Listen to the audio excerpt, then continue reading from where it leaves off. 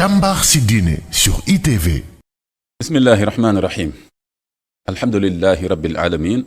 wasalaatu wasalaamu ala almabuusi rahmatan lil alamin. muhammadin al amin wa ala alihi wa sahbihi ajmain. ñu ngi nuyu képp koo xam ni ñu ngi topp E-Media ci ay programme am rawatina di topp iTélé di topp ITV ngeen baal ñu di topp iRadio rawatina encore di topp seen émission càmbar ci diine.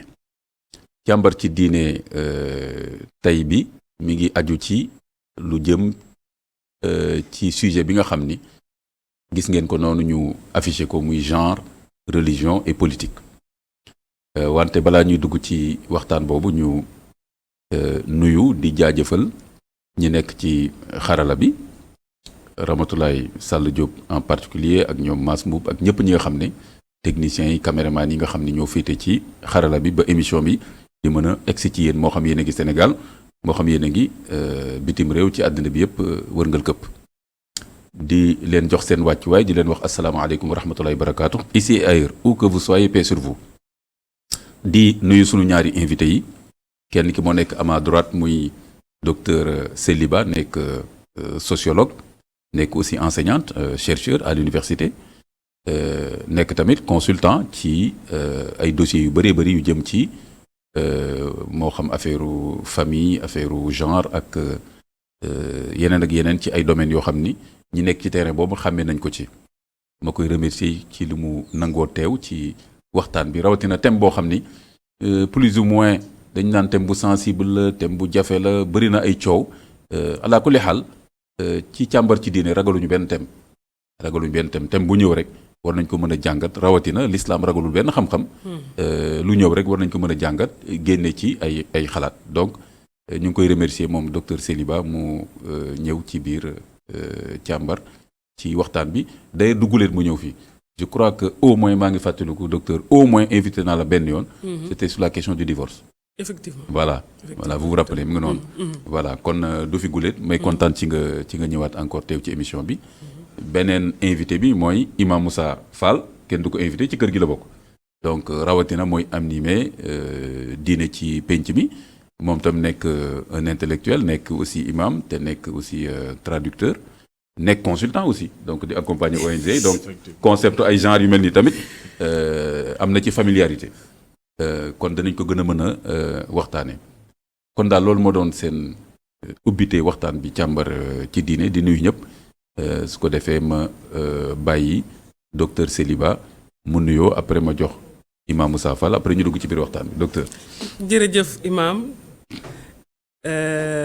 ñu ngi rafetlu ci waxtaan bi ci invitation bi di nuyu également sama naataango imam di ko remercier également di kontaan lool di remercier képp ku ñuy seetaan mu nekk bitim réew wala Sénégal di rafetlu waxtaan bi di rafetlu thème bi parce que je pense que jotoon na ñu waxtaan si parce que wax ji bëri na passion yi bëri na te amul benn espace de discussion pour leeral moo tax ba nga ma ci interpellé dama cee kontaan loolu te yow it maa ngi lay gërëm di la sant. tabarakallah jërëjëf jaajëf docteur Céliba imam Moussa Fall bismillah.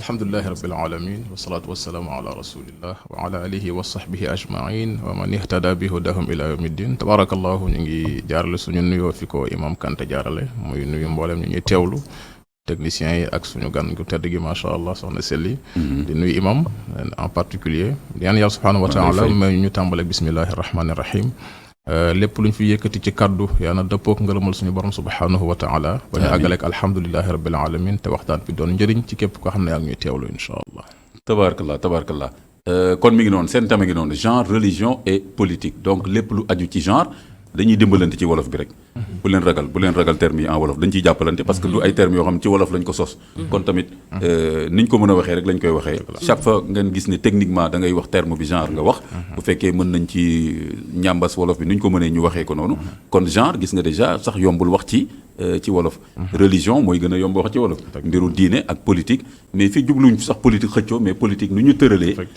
ay politique ci réew mi ay politique publique ak genre niñ ko ci dugalee loolu lañ gën a jublu diine tam mooy ban bët la diine di xoolee genre mais loolu tam soo ko waxee du islam moo toog ci table bi fii di wax ne lii laa wax ci genre mais benn nitu diine kuy gëstu ci diine moo toog ne nii laa comprendre genre loolu tam c'est important ñu bàyyi xel ci loolu su ko defee genre ci boppam tamit ñu seet nu ñu koy waxee techniquement jéem ko jàngat kon mi ngi noonu loolu mooy seen émission tey càmbar ci diine ñu dellu ci xarala bi ñëwaat dugg ci biir waxtaan bi gaaral bi alhamdulilah rabbil alamin kon ma tàmbalee jox kàddu ki nga xam ne mooy docteur Céliba kon sociologue kon xam na concept bi maanaam xalaat bi nga xam ni ak gisin bi ak taxawaay bi nga xam ni moom la ñu tuddee genre moom la genre wundu ñu laaj ko mu indil ñu xalaatin bi nga xam ni xeltu bi nga xam ni mooy genre fan la jóge tàmbaleem lan la ci ban xalaatin la balle ak lan la wundu mu ubbil ñu waxtaan bi ci loolu bu ko defee nag ñuy dugg ci ruq-ruqaat yi bismillah jërëjëf imam pour leeral genre bi di gis-gis di doxalin di jumtukaay ñett yooyu la ëmb gis-gis doxalin jumtukaay boo xam ne day jéem a xool nu mu mën a jëlee en compte besoin maanaam dafa naan besoin leer na ci wolof waaw besoin soxla yi waaw soxla ku góor ak soxla ku jigéen soxla ku góor ak soxla ku jigéen loolu la ëmb soxla ku góor ak soxla jigéen boobu lu tax muy wax góor ak jigéen parce que soxla yi bokkuñu soxla ku góor ak soxla ku jigéen bokkul parce que lu ñu leen bindee bokkul mooy biologiquement man damay ëmb di wasin di nàmpal et cetera donc loolu day tax man damay am soxla yoo xam ne du bokk ku góor gi nga xam ne loolu fekk ko fi ku góor ki tam am na yàlla lu ma ko may loo xam ne am na ay besoins spécifiques donc bu ñu weesoo besoin biologique yooyu am na lu ñuy waxee besoin social mooy genre mooy socialement parce que man mi dund ci biir askan bi ak askan bi lu muy xaar ni ngay yëngatoo ci société bi askan bi lu muy xaar ci ku góor ak ku jigéen xam nga bokkul yan àq ak yan wareef la ñu teg ci góor ak ci jigéen xam nga bokkul man lu ñuy xaar ci man bokkul ak imam Moussa dëgg la donc ñaari dimension la wax naa ni dimension biologique mooy loo xam daf ñoo bind yàlla moo ñu ko def ci ñun moo tax ñuy nàmpal di et cetera loolu dafa indi ay soxla kon mën nga wax ni loolu mooy le sexe est-ce que mën nañu ko loolu mën naa ne mooy le sexe biologique sexe masculin sexe féminin xaral foofu bu may càmbar genre damay wax sexe biologique ak sexe social c'est-à-dire sexe biologique bi mooy loo xam ne c'est inné mooy loo xam ne yàllaa ko def ci ñun ñuy ëmb di nàmpal di wasin et cetera foofu dañuy am ay besoins ku góor ki aussi am na ay besoins biologiques am sexe social bi nag mooy genre bi mooy société lu muy xaar ci góor ak société lu muy xaar ci jigéen parce que société bu nekk dafa lal ay yoon yoo xam ne danaan nii la ñu mooñee war a mooñee góor nii la ñu war a mooñee jigéen parce que société bu nekk dafa am objectif góor ak objectif jigéen mooy l'idéal homme idéal femme moo tax boo nekkee xale bu jigéen nekk xale bu tuuti ñu ngi lay tàmbali di la mooñ ci yoon boobu di la jëndal ay poupée di la jëndal ay marmite yu ndaw ñu ngi lay tàggat poupée bi parce que suba da nga war a nekk yaay marmite da nga war a togg di toppatoo sa jëkkër toppatoo sa kër d'accord yoon yooyu lañ lay topp donc même yoon boobu ay construction la parce que encore une fois société bi rek dafa am idéal d'homme góor lan la war a mel jigéen lan la war a mel lu ñuy xaar ci jigéen lu ñuy xaar ci góor góor lu tax mu war a génn parce que suba dafa war a indi dépense loolu moo tax góor bu lëloo journée bi yëpp dañ naan ko waa lu tax ngay lëloo booy lu tax loolu moo xew xanaa da nga feebar jigéen mën na lëlu guddi gi journée bi yëpp mais du déranger kenn gis nga attente yi socialement te loolu boo ko jëlee du bokk ak société beneen lu ñuy mooñee ku góor ak ku jigéen mais demal France demal États-Unis même ci biir Sénégal ça dépend ci ethnie boo demee ci soose yi jigéen mooy mun naa ni mooy gérer pratiquement mooy togg mooy joxe dépense mooy def lépp ku góor gi dee toog xaar ñu ngi naan ma sax c'est lié historique parce que ñoom seen góor ay guerrier la ñu woon donc waaw ay guerrier tout le temps ci àll bi di xare quoi voilà donc jigéen bee yore lépp moo doon chef de ménage kon jigéen mooy chef de ménage bi donc pour dire que ay conditions historiques sociologiques moo tax suñu doxalin même ci biir Sénégal du bokk jigéenu pël góoru pël góoru séeréer jigéenu séeréer bu lébu bi bokkul. parce que empreinte sociale bi culturelle bi da ciy bokk. donc pour ñëwaat jël ci jigéenu mauritanienne bokkul ak jigéenu sénégalaise. jigéenu mauritanienne day nañ day toog du def dara dañ koy yafal. ku góor ki mooy dem marché. mooy def lépp moom dañ koy yafal rek mu toog. bokkul ak yenn ci ñun société nga xam ne il faut nga dem jëg wuti ji. et cetera et cetera. d'accord donc bu may jëlee bu ma joxee tënk pour genre. mën naa ne mooy sexe social boobu. société lu muy xaar ci jigéen ak société lu muy xaar ci góor parce que xam nga nañ bokkul. donc boobu booy saafara. da ngay jël en compte besoin yi booy lal ay politique mais il faut nga comprendre loolu. ma joxe exemple pour gën a leeral pour wan ni approche genre. lu tax ñu war ko comprendre ak lu tax ñu war ko dugal suñuy démarche. ñu am projet boo xam ne dañ ko war a dérouler ci côté Daara Linguère. foofu xam nga zone sylvopastorale dañuy sàmm. waaw ñu ne projet bi dafa war a yëngu ci wàllum éducation des enfants. jàngum xale yi. ñu ne parce que foofu jàngum xale yi dafa xaw a sooxe. jàngum xale yi laa wax waxuma jàngum jigéen waxuma jàngum xale yi. d'accord la projet bi jàpp waaw. ba ñu yegg ci zone bi ñu ne pour régler problème jàngum xale yi. il faut ñu am doxalin il faut ñu am approche il faut ñu am stratégie. mais dañoo gis ne stratégie bi kat war a bokk. waruñ dugal xale yëpp ci même mbuus ne leen lii mooy seen soxla. parce que zone boobu. dañoo xool ne jigéen ñi góor ñi du ñu des ci l'école bi. même si da ngay faral dégg jàngum jigéen jàngum mais Sénégal gi góor ñi seen jàng am na zone yoo xam ne yeggul. yeggul parce que ñu ngi ci ginnaaw nag yi di sàmm. duñ toog sur place. ñu ngi dox di dem bay dañuy dem ba des fois ay Gambie. dañuy gis xale bu ndaw juróom benn at lay am mais ay nag yu bëri ñooy nekk ci. kooku xam nga toog doomu jàngi l'école. kon kooku benn problème la. te genre moo ñu soxlam ci wàllu jàng. bokkul ak soxlawu kii toog ci kër ga jigéen bi toog ci kër ga. pour war ni far genre bu mu duggee daf ñu ne attention soxla yi bokkul de. xoolal soxla ko góor kee xale bee ak soxla ko jigéen kii kon bu ñuy lal saafara mooy stratégie xam nañu ko mën a tuddee mooy pour saafara. tëralin ngir toppatoo soxla yi daal. soxla yi pour mën a jël ko en compte.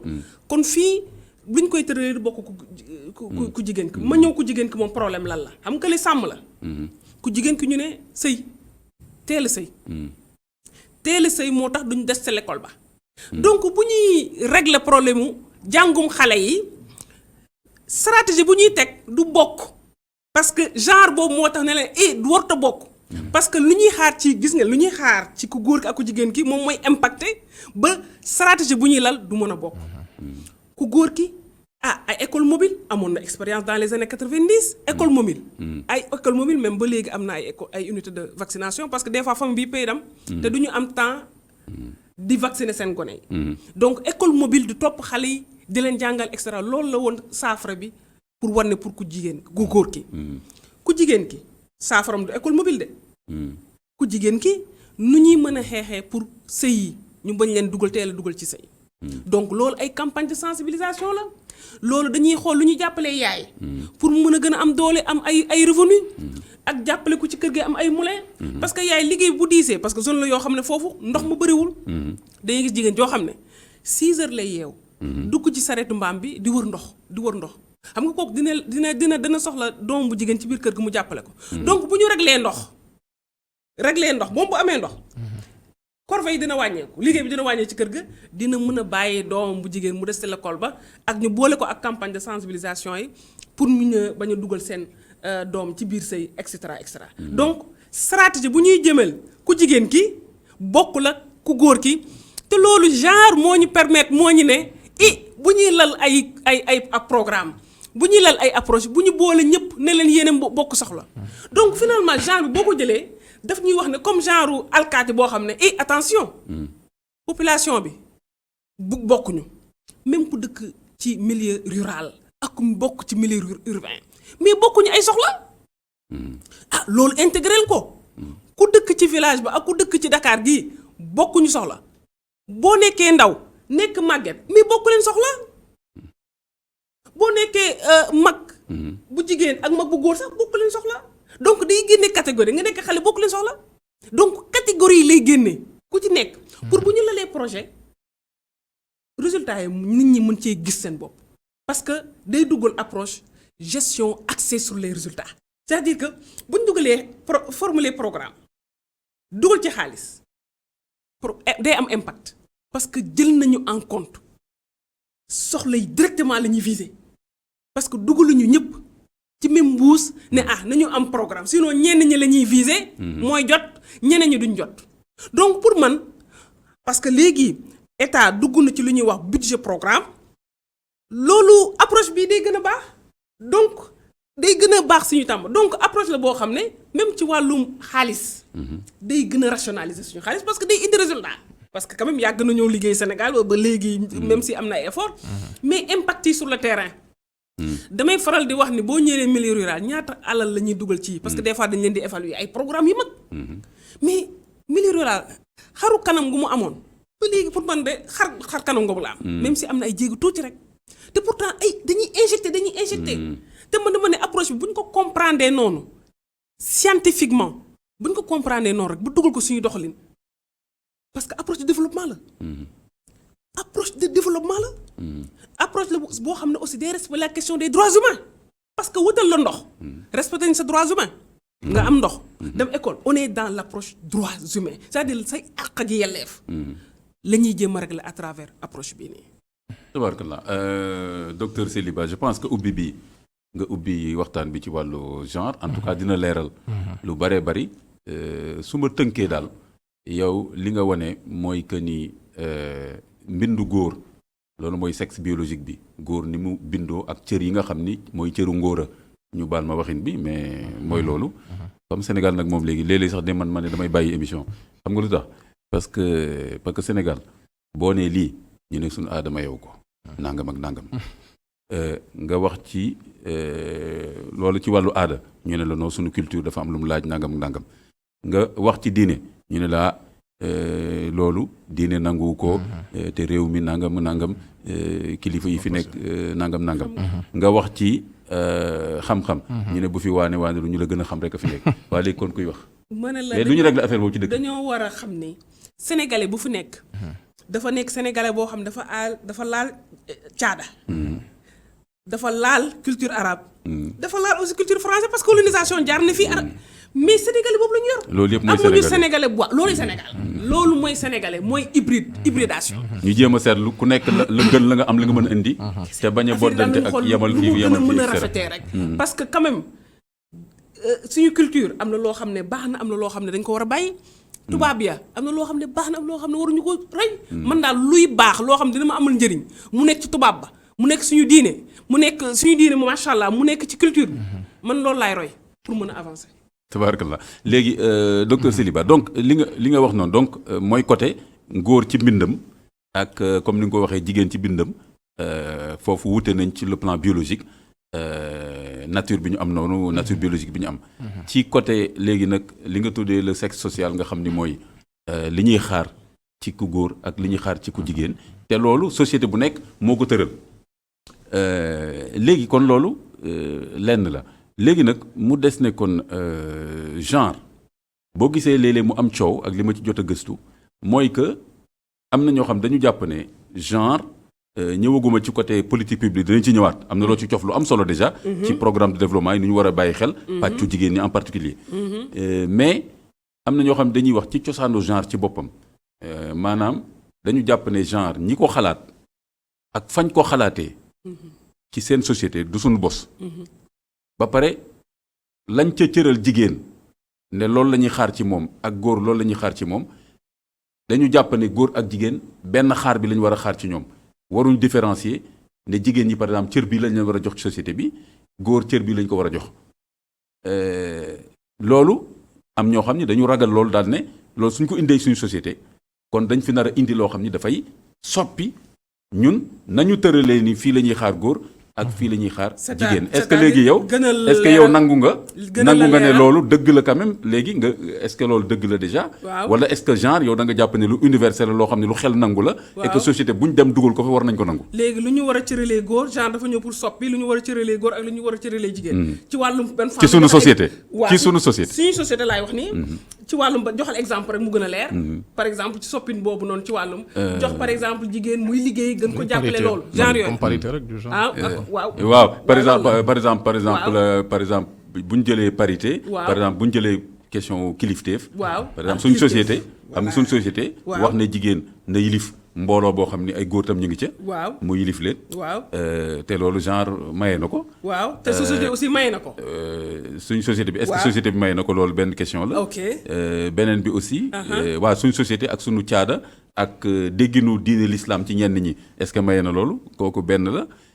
beneen bi mooy par exemple li ñuy xaar ci ku góor ki ak li ñuy xaar ci ku jigéen ki xam nga sànq par exemple maa ngi lay bàyyi xel bi ngay wax xale bu jigéen boobu nga xam ni dañ koy jàngal pour mu bañ a teel a dugg ci sëy alors que suñ société ñun dafa bëgg jigéen sax teel a dugg ci sëy daan sëy mooy sagu jigéen léegi genre moom est-ce que genre day wax loolu wala genre da leen jigéen nañ ko bàyyi mu doxal la mu bëgg a doxal alors que société sénégalaise dañu naan déet jigéen sagam mooy bu amee jëkkër surtout bu ko teelee am aussi donte woon sax xëy na mën nañ waxtaan est-ce que teel bee am tamit est-ce que par exemple mayee xale bu jigéen à 11 ans 12 ans 13 ans wala mayee ko à partir de quel âge ak genre moom ni mu gisee nii objectif sax jigéen na teel a sëy loolu sax est-ce que genre daf ko def comme objectif te suñu société da koy xaar donc yu mel noonu laay en fait fi mu ko bëggee tënkee kon mooy après ma ñëw ci Imam Fall mooy loolu mooy que kon ñi wax ne concept bi jógewul si ñun loolu dëgg la léegi te kon fa mu jógee foog mu ànd ak loolu waaw ak ñoom nañu gisee société ak place su góor ak jigéen est-ce que yow da ngay wax ne loolu dëgg la wala nga ne loolu dëgg wala nga ne loolu dëgg la wante donte woon dëgg la concept genre ñun mën nañ ko jël jëfandikoo ko suñ société ni ñu ko bëggee est-ce que voilà xaw ma léegi leer na waaw ça a été un peu fastidieux pour moi mais je pense que leer na léegi affaire bi moo compliqué voilà donc bu ma jëlee démocratie am na ay mots yu bëri bi ngi jóge bitim réew dëgg la même si boo xoolee suñu société traditionnelle mooy yooyu existé woon na la charte du Mandé la charte de Kouroukan Fouga waaw 1236 charte Soundiata Keita xam nga foofu kooku du ma tudd mbiram parce que moo daaneel sama nguuru maam waaw sama Maodo Kanté xam nga mais continuer rek comme ci waxtaan lañ nekk waaw xam nga avant tubaab bi di wax démocratie ñun suñu société amoon na démocratie traditionnelle yi d'accord tur bi moo fi nekkul noonu quoi tur bi rek lañ xamul woon mais jëfin bi amoon na fi jëfin bi doxalin amoon na fi nga xam ne muy góor muy jigéen mag ndaw ñëpp dañu leen di boole ñuy génn seen xalaat ci pénc bi donc il y avait une certaine liberté d'expression ak prise de parole ñuy jël ku ci nekk jigéen doon la jël parole ci place publique ci pénc bi waaw dañ leen dugg ak ndaw aussi ak ndaw parce que ñooñu bu ñu waxulee xam nga lan mooy danger bi mais boo lalee ay saafara ba wax ñu seen problème noonu leen koy saafarale d'accord dëgg la loolu moom dëgg la prise de parole liberté d'expression du wax lan ngay yëg ak sa problème boo dégluwul nit kii doo xam lu muy jàmbat doo xam soxla boo xamul sa góom yow lañ la koy fajal loolu dëgg la loolu moo tax ñuy dugal ñëpp te loolu ñu ngi ko doon def dans 1236 xam nga loolu yàgg na d'accord mais waxuñu woon démocratie temps yooyu ndax xamuñu ko woon peut-être kay moo ñëw ñu wax genre bi waaw jógewu fi tamit waaw te genre bi mu ngi fiy dugg dans les années 90 ba muy ñëw dafa ñëw pour corriger inégalité ñëw xool société yi ne am na société yoo xam ne de jigéen ñi ak ci wàllum jàng ci wàllum am ci wàllum mën dafa des te société pour mu mën a demal boppam développer il faut que groupe bu ci gën a bëri parce que jigéen ñee gën a bëri bu ñu sooxee mais du dem boo jëlee jigéen nga dugal ko école état recruter ay enseignants tabax école di investir xam nga loolu investissement la ñu dem ba si biir kooku réer mais loolu pertement la ci société pertement la ci dëkk bi ci pays en termes d'investissement xaalis muy dépensé léegi ñu ñëw lal ay programme ne dañuy gën a tàggat jigéen ñi gën leen former cette microfinance dugg microcrédit dugg et cetera ci programme yooyu la commencé woon dugg pour mais docteur yooyu yëpp amoon na ñuy jàppale jigéen ci ay microfinance ci ay nangam mais waaw kenn tuddee ko woon genre cela veut dire que kon genre am na lu bees lu mu indi docteur non dama ne genre dugg na dans les années 90 parce que siiw lan lu bees la indi mais parce que doon toppatoo jigéen ñi ay microfinance ay contraception ay nangam loolu man yàgg naa ko gis Sénégal ñu koy defal jigéen ñi kon ñu ngi doon bàyyi xel jigéen ñi doonte woon xëy na mais kon lan la genre indi yow dafal naa gis ne doyagul wala war nañ jëm foofu léegi dafal naa yow yaay orienté genre mën naa ne dugg na ci Sénégal depuis les années 90 parce que siiwul woon d'accord léegi la siiw moo bi mais moo bi dugg na fi depuis les années 90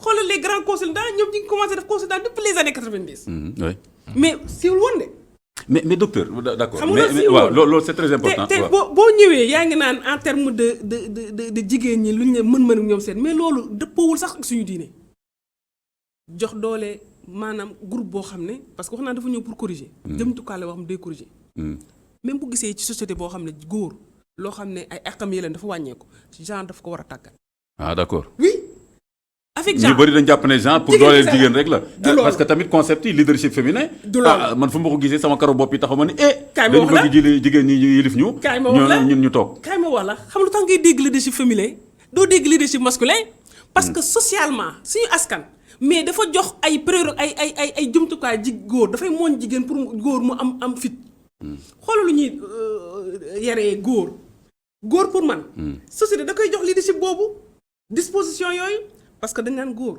na am fit góor na ñeme mu jooy. góor bu mu jooy boo daana doo jooy góor buy wax na wax yëkkati baatam dënn bi na ko génne buy dox nañu xam ne góor ay ñëw na am fit risque dëgg la mais loolu ay disposition yoo xam ne culturellement jox nañ ko góor dëgg la. moo tax doo dégg leadership masculin mais xoola jigéen jigéen sax warul sore c'est-à-dire jigéen ci biir kër gi mais loolu Jigéen. est-ce que loolu du leadership. xaar ma ñëw ko Ci suñu après ma société. xajale xaar après naa xajale foofu commencé mais naa naa xuloo bi yeggali de ah. fii naa yeggali fii xam nga jigéen warul xool nit jàq kon lu ma leen di wax nii man dama am fit dama wow bët waroo xool nit ki nit am na jigéen yoo xam ne tëddee nañ leen non da nga am yar ak et cetera, teggin et cetera. boobu bët sax man du ma wax ne donc loolu. loolu société moo koy def waaw. toog si pooju ndeyam et cetera donc duñ ko may leadership boobu noonu gëm-gëm bi lu tax léegi problème de leadership d'estime de soi gëm sa bopp lu tax mu gënee bëri ci jigéen ñi bëriwul ci góor ñi parce que yar bi la te ñu ngi nekk ñun suñu société day évoluer tey day gis jigéen boo xam ne ma nga Chine da ngay gis jigéen boo xam ne day guddee wàcc 23 heures buñ ko joxul fit ñu ngi ci secteur yëpp léegi waaw. ñuy secteur yëpp léegi kooku boo ko joxul fit mais nu muy demee am na jigéen yoo xam ne lëndëm gi da leen di sonal ndax dañoo ragal même seen heure wàcc jot sax mais dañu ànd ak groupe gi pour ndax dañoo ragal mais loolu day am gàllankoor jigéen boo xam ne nga ne ko doo xool nit droit dans les yeux mu war a am ay marché war a discuter ay partenaires war a teg document yi war a xool partenaires yi waaw mais loolu day poser problème donc suñu lu ñuy tabaxee léegi effectivement dafa war a méngoog ak lu ñuy doxalee parce que jigéen yaa ngi fépp ci biir secteur yëpp léegi bu ma jëlee leadership boobu jigéen am na leader mais leadership domestique laa koy tuddee xam nga d'accord. leadership mooy nga am capacité d'influencer waaw xam nga waaw. bu ñu xoolee ci kër yi capacité am ci kër gi la yem quoi. kese la gën a bëri même si am na ay jéego yu ñu def mais boo xoolee jigéen leadership am lu ci bëri domestique la maanaam ci kër ga lay am da ngay gis koo xam ne day yar doomam am na ay ñeent fi ko at mais balaa moo def dara yaay lay woo yaay lii de laa bëggoon def te am na jabar ak soxna de donc jigéen am na influence ci njabootam jigéen am na influence ci doomam mais foofu lañ mën a yem parce que foofu lañ ko mën a tënk te genre nag dafa bëgg mu am influence ci secteur société bi yëpp. parce que transformation yi ci biti la parce que document politique yi dañoo wan ni jigéen bu amee jigéen bu jàngee wala même bu jàngul sax en tout cas muy yëngu ci dara bu amee day impact directement ci kër ga jigéen du fayeeku dem toog ci restaurant ba wala ci dibiteri ba lekk bàyyi njaboot ga góor dina ko def góor bu la léegi jàng ñu ngi koy def léegi boo demee ci restaurant da ngay gis xale yu jigéen ñi toog foofu di paye di lekk di naan di tox yamba waaw loolu yore seen cigarette loolu beneen fànn la kon jigéen bu amee mën na am tamit day bët sax dem mais xoolal jigéen yu fa nekk ay xale yu jigéen la ñoom dañuy retrouver séyiguñu même si am na ay encadrement dañoo am dara moo tax ñu sañ loolu xam nañu am ka mais boo de manière globale boo jëlee mère de famille boo xam ne ma nga am revenu am du fayee ko dem ci toog ci restaurant bàyyi njaboot abadan te góor dina ko def dëgg la donc document politique yi wan ne kii bu amee revenu day indi changement ci xale bi lu muy soloo xale bi lu muy lekkoo daal bu dagg bi c'est automatique da koy ak jàngam sax bu amee niveau intellectuel mën na gën a topp xale bi mën na gën a suivre xale bi ñu dellu ci milieu rural parce que lu mu wax rek milieu urbain ca réew yi milieu rural nga jël ñu nekk ci mbay bi xam nga ñaata la ñuy représenté téeméer boo jël juróom-ñaari fukk 70% la jigéen ñi di représenté ñu nekk di mbay man kay def may jaaxal boo demee ci village yi léegi ña nga fees presque doo fekk ay waxambaane ay xale yu góor waaw de 20 à 30 ans xale yu góor doo ko fekk xam nga ay jigéen nga fay fekk jigéen rek nga fay fekk c'est-à-dire que elle représente 70% de la main d'œuvre agricole mooy ñaata juróom-ñaari fukk téeméer boo jël juróom-ñaari fukk waaw d'accord nañu d'accord léegi nga ne da ngay développer da ngay am programme pour régler la sécurité alimentaire mais te ci juróom-ñaari fukk yooyu ñan ñoo ci am moom suuf fukk ak ñett pour cent 13% ñoo am léegi avec ça inégalité gis nga inégalité boobu xam nga loolu inégalité nga bëgg a régler la question de l'autosuffisance alimentaire doo ko mën régler tant que régler woo il faut nga régler inégalité boobu jox leen ak yi ñu ci ëpp da nga leen di jox renforcer leen d'accord jox leen ay finance parce que ñoom ñooy bay donc genre foofu lay ñëw génne inégalité wax naa la jumtukaay boo xam ne day corriger fu inégalité am inégalité mën na nekk ci gu góor mën na nekk bu jigéen mais pour tënk rek day génne soxla yooyu bu ko jëlee en charge day régler inégalité.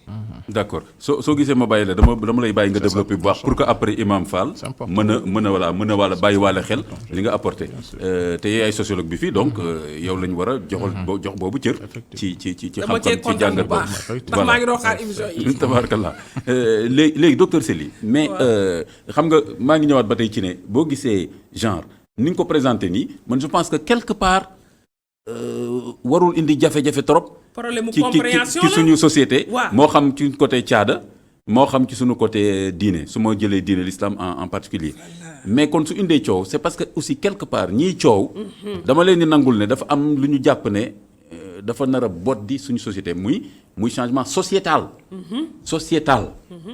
waxuma rek changement social maanaam suñu société daf ko nar a jàllar bi indi yeneen gisin ak yeneen àq ak yelleef ci diggante góor ak jigéen ak ci njaboot ci famille yoo xam ni du dëppoo ak ñun li ñu bëgg ak suñu diine lu wax loolu lu tax ma leen ni nangul loolu ci benn wàll mooy ne boo xoolee gender mais boo seetee ba seet ci cosaanam terme boobu ñi ko gën a siiwal nekkul ñoo xam ne ay préoccupations de développement lañ am comme bi nga wax nii moo tax ma ne la est-ce que yow da nga bëgg a jël rek approche dana ci ñëwaat da nga bëgg a jël approche genre comme approche d'égalité de genre dans les politiques publiques rek nga bàyyi yeneen aspect yoo xam ni quand même mi ngi ci gender mooy que gender par exemple psychanalyste yi ñoo njëkk a indi affaire gender te ñoom bañ koy indi benn individu la ñuy xool yëg-yëgam koo xam ni danaan man góor laa peut-être mais nangu ma ni góor laa jigéen laa mais aspect boobu tamit docteur est-ce que da nga ko teg de côté nii parce que da nga jàpp ne Sénégal soxlawul ñu xam loolu wala est-ce que aspect boobu tamit taxul nit ñi ne non genre am na leneen lu mu wund du rek affaire jox jigéen àq ak yelleefam. xaaruma mu gën a leer mooy. ba léegi orientation sexuelle beeg yëpp noonu. ñu dugalaale ko ci genre ba nit ñi ne lii lañ leen doon wax.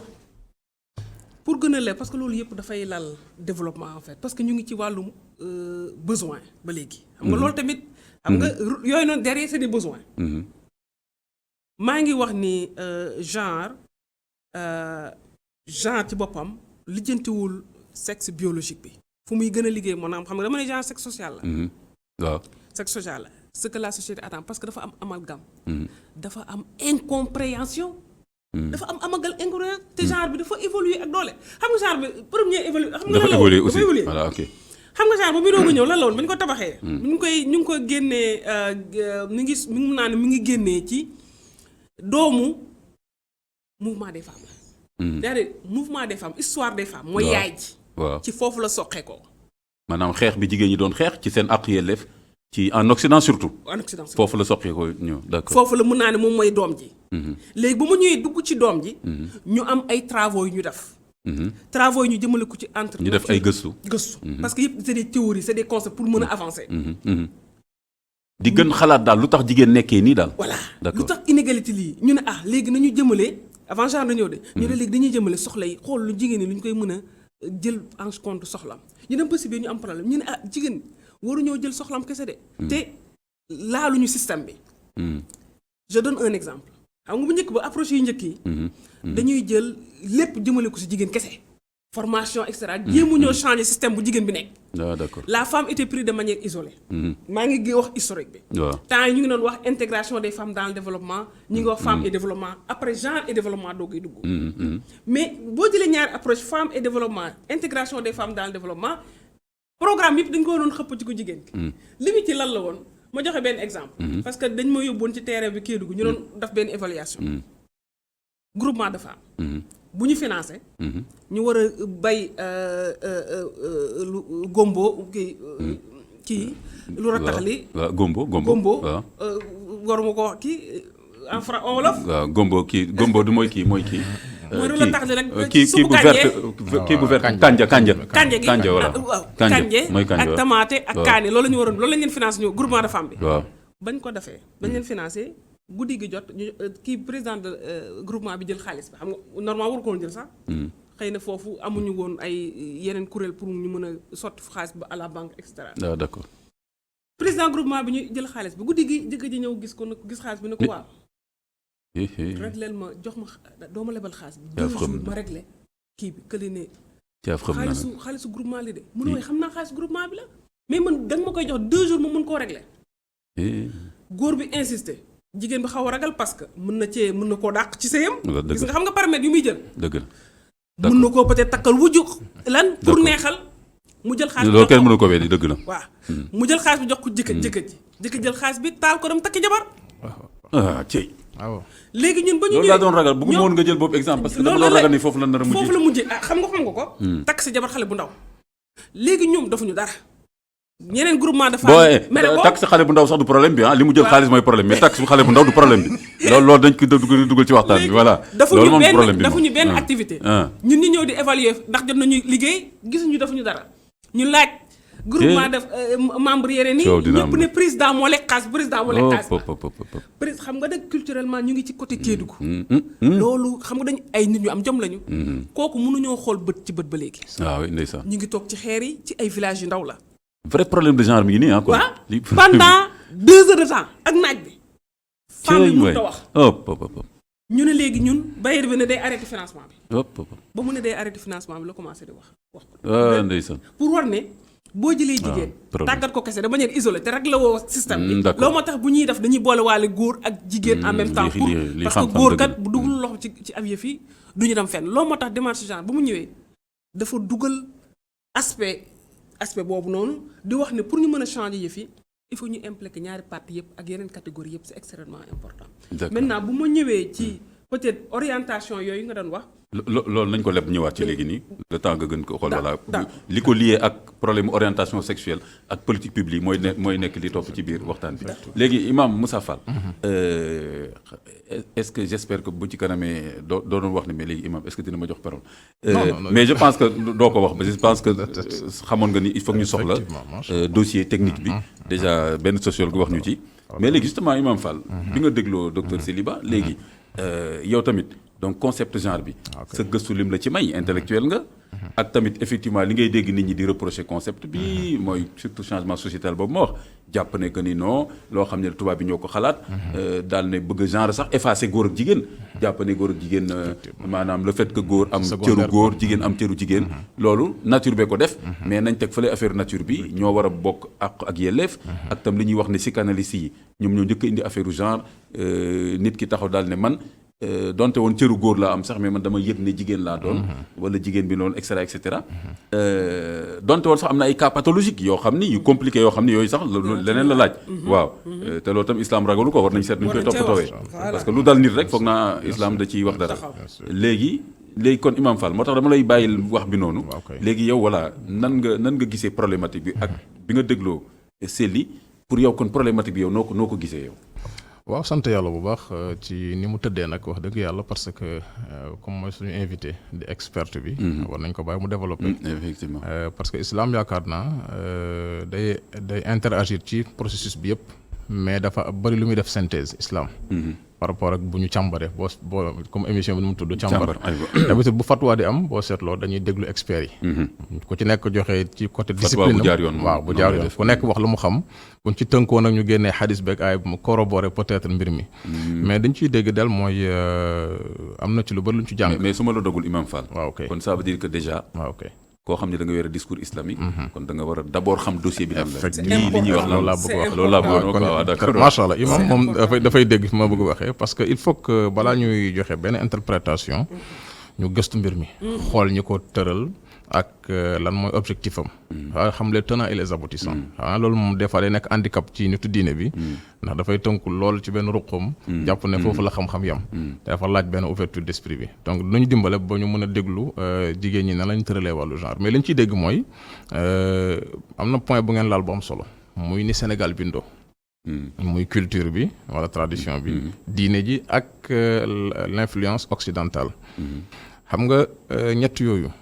moo waral lépp Sénégal yaakaar naa lépp la ñu war a waxtaane ndax lépp loo yëkkati dina am benn ci ñetti point yooyu buy sentir ne yëgu ci boppam te bu ci yëgul boppam ay ñooñam jug dal ci sa kaw ba tax na xam nga li mu wax ci occidentaux yi xam nga y a l'influence de la colonisation directe avec assimilation bi tubaab di def. nga xam ne da lay colonisation française. waaw française waaw da lay bëgg nga nekk tubaab nga bàyyi sa caada bàyyi sa diine alors que anglais yi ñoo gënoon woyof. voilà ñoom nan la yilif rek mais bàyyi la indirect bi waaw. d'accord donc bu direct bi. dafay indi un modèle de développement occidental. boo xam ne yow mi nga xam ne yaa ngi nekk jullit am say culture di nga sentir ne am na loo xam ne mu ngi commencé di ñëw. nga bëgg ko nga bañ ko mu ngi ci yoon bi. ndax dafa am benn processus bu ñu jógee ci mondialisation ba mu yàgg ñu réseaux sociaux yi ñëw. ñu gis contact bi nga am ak monde extérieur nekk une réalité. ba mag ñi sax daan ragal téere yu weex yi ci kaw téere yu xonk yi. muy def benn genre influence boo xamante ne dina indi yeneen masala yu bees ak yeneen gisin yu bees. yaakaar naa nitu diine bi gëstu fatwa. dana gis ne la mu jàngoon démb ci fiqhu. am na yeneen masala yu génn yoo xamante ne foog mu intégré ko. parce que jamono ko laaj. munoo taxaw ne maa faratna fil kitab min shay'in ne téere bi càmbar na lépp ba pare. wëlbatiku am lu ñu la tegal nga ne lii du ma ci wax. nga baal ma mais moom laay faral di wax yéen taay ak sama mbokk ustaas yi sëriñ daara et cetera. ma ne souvent dañuy damoo. c'est ça jullit yi. waaw jamono du mu sa raw l'islam. c'est ça. mais man dama naan. wante jamono mën na raw. nitu l'islam bu gëstootul. effectivement loolu mooy problème ñaar yooyu moo tax il faut que ñuy adapté wu. léegi bu ñu déggee wax ji di nga xam ne jigéen ñi wax na ko effectivement ñoo yëg ne y a beaucoup de déséquilibre wàllu discrimination ñu jug nag def ay revendications ci ay pexe journée de la femme def ay revendications moo jur nag yi dem ba taxaw ñu gis ne bu ñu intégré aspect genre dana corriger ni mu ko waxee léegi. xam nga correction boo ko déggee changement de comportement la. te changement de comportement dafa laaj processus bi mooy fexe ba nitu diine bi la muy doxal ci diineem du wuute ak la nga bëgg mu dégg ko il faut que ça soit digeste. loolu mooy dafa naa foofu la lañ leen di conseiller ñuy modeler message bi. ba nitu diine bi seen communication. waaw communication ba nitu diine bi. ak ki nga xam ne ci cosaan lay yëngu. dina yëg ne lii kat ndekete yoo bu ñu càmbaree duggaat ci suñu wàllu cosaan dañ ko fay fekk. bu ñu duggee ci xadis ak aaya dañ ko fay fekk. waaye nag ñu mën ko méngale ak li nga xamante ne modèle développement la mais li nga wax sànq dafa am solo. muy risque bi. bu dee dafa jógee extérieur. ñu importer ko indi ko. le risque mooy le modèle de développement occidental la ñuy imposer su boobaa. te su boobaa dana wuute. xam nga tudd nga fi sànq mariage précoce. xam nga boo ci bëggee wax. dëgg la am na ay méfaits.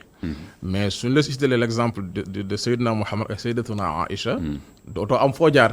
parce que bu muy dugg ci moom elle avait à peine 6 ans bien que am na ay yoon booy expliquer. que ne dafa doole ci moom xam-xam. que daf ko yëpp nañ koy expliquer ñun on sait très bien comment ça se passe.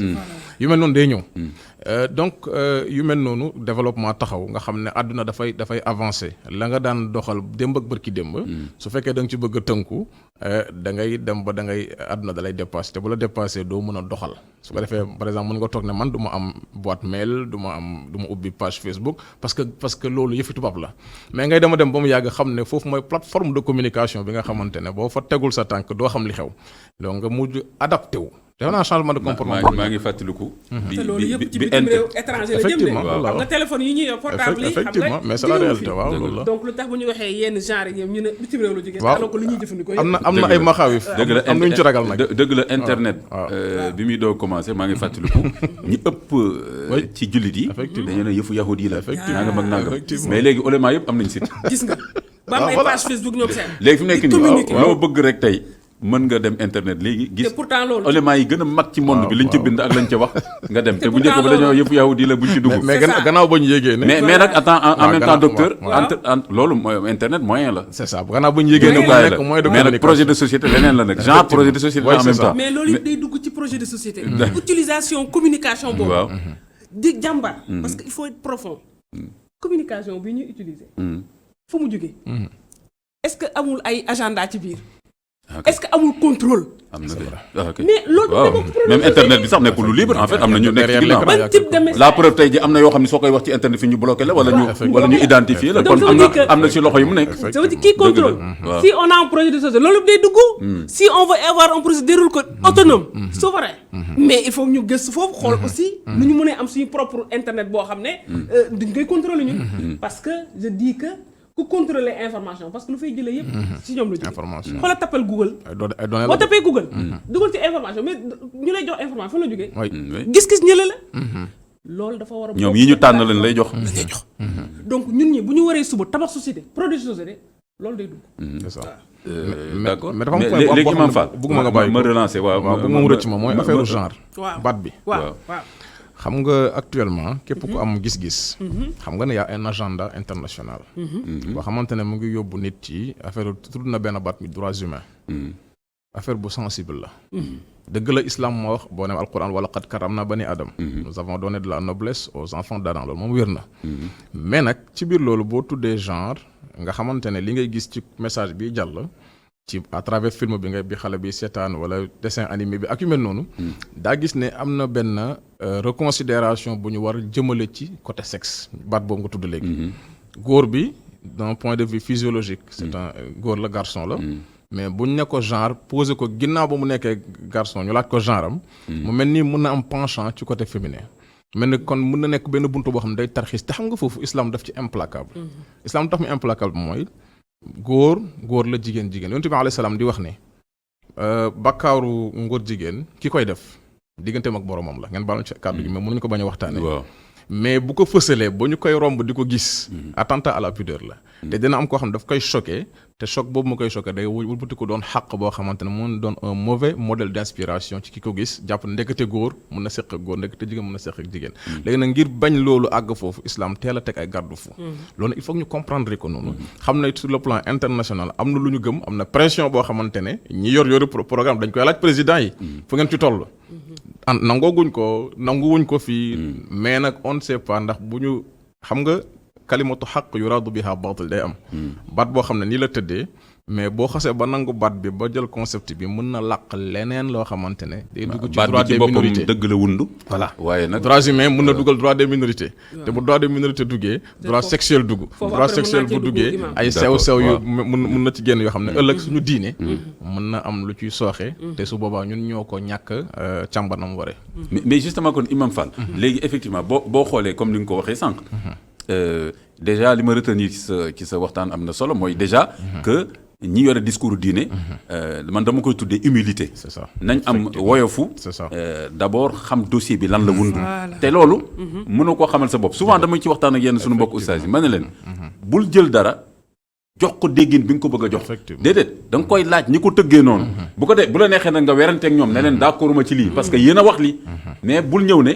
genre mooy lii Covid mooy lii Sida mooy lii te yow par exemple doo médecin nga jox ko définition bi la neex moo tax souvent charlatan yi moom laa leen dama ne leen ku ñëw ne mën naa faj Sida da ngeen koy laaj d'abord luy Sida su ngeen koy luy Sida mu ne mooy koo xam ne sa bopp day metti nga ne ko loolu mën na nekk si biir wallaay wax nga dëgg ndeysaan c'est vrai donc je crois que ñi yore discours islam il faut ñu def attention parce que bul jël jiital xuloo ak coow mais jiitalal islam c'est-à-dire que te islam dafa nekk lu sérieux loo xam ni voilà man je pense loolu daal ça me tient à cœur donc waaw je pense que loolu lu ñu war a bàyyi xel la et que maintenant boo jëlee par exemple ci l'islam aussi bien ci alquran wala ci hadith yi wala ci bindu ulama yi wala ci histoire de l'islam mais effectivement di nga gis ne jox jigéen cëram ak àqu ak yelleefam autonomisation des femmes ma nga fa en islam voilà di nga ñaata revendication nga fekk ci alquran ay saar wàcc ndax lu jigéen revendiqué yàlla dégg ko daal ne nangam xat samia wallahi wala xat samia li ngay wax léegi waa ji ñëw daal ne ndaw si jox ma kii bi parce que maa la yilif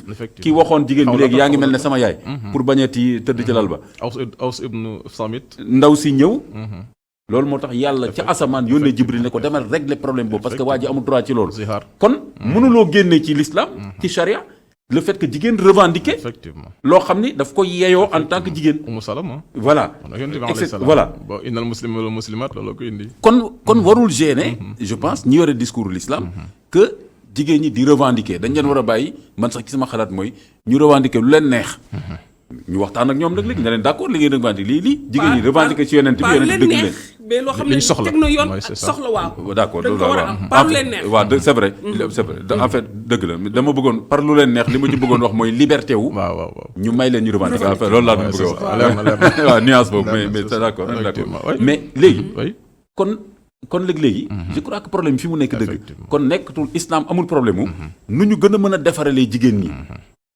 seen àq yelleef ñu def ko et que surtout ñu séparer li nga xam ne culture la aada ak li l'islam wax dëgg ci jigéen nga xam ne boo demee ci société arabe yi nañ fay jëflante ak jigéen ak su yeneen société yamul te mënoo wax ne islam moo wax loolu beneen bi mooy léegi que mu des nag léegi kon genre bi.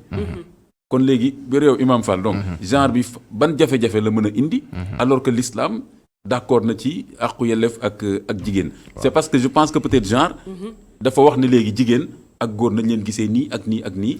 loolu moo mën a déranger par exemple waxtaanukatu l'islam yi wala. xam nga yaa ngi wax lu am solo ci wàllu interprétation déjà. xam nga kiy waxal diine léeg-léeg influence culture arabe da koy dab.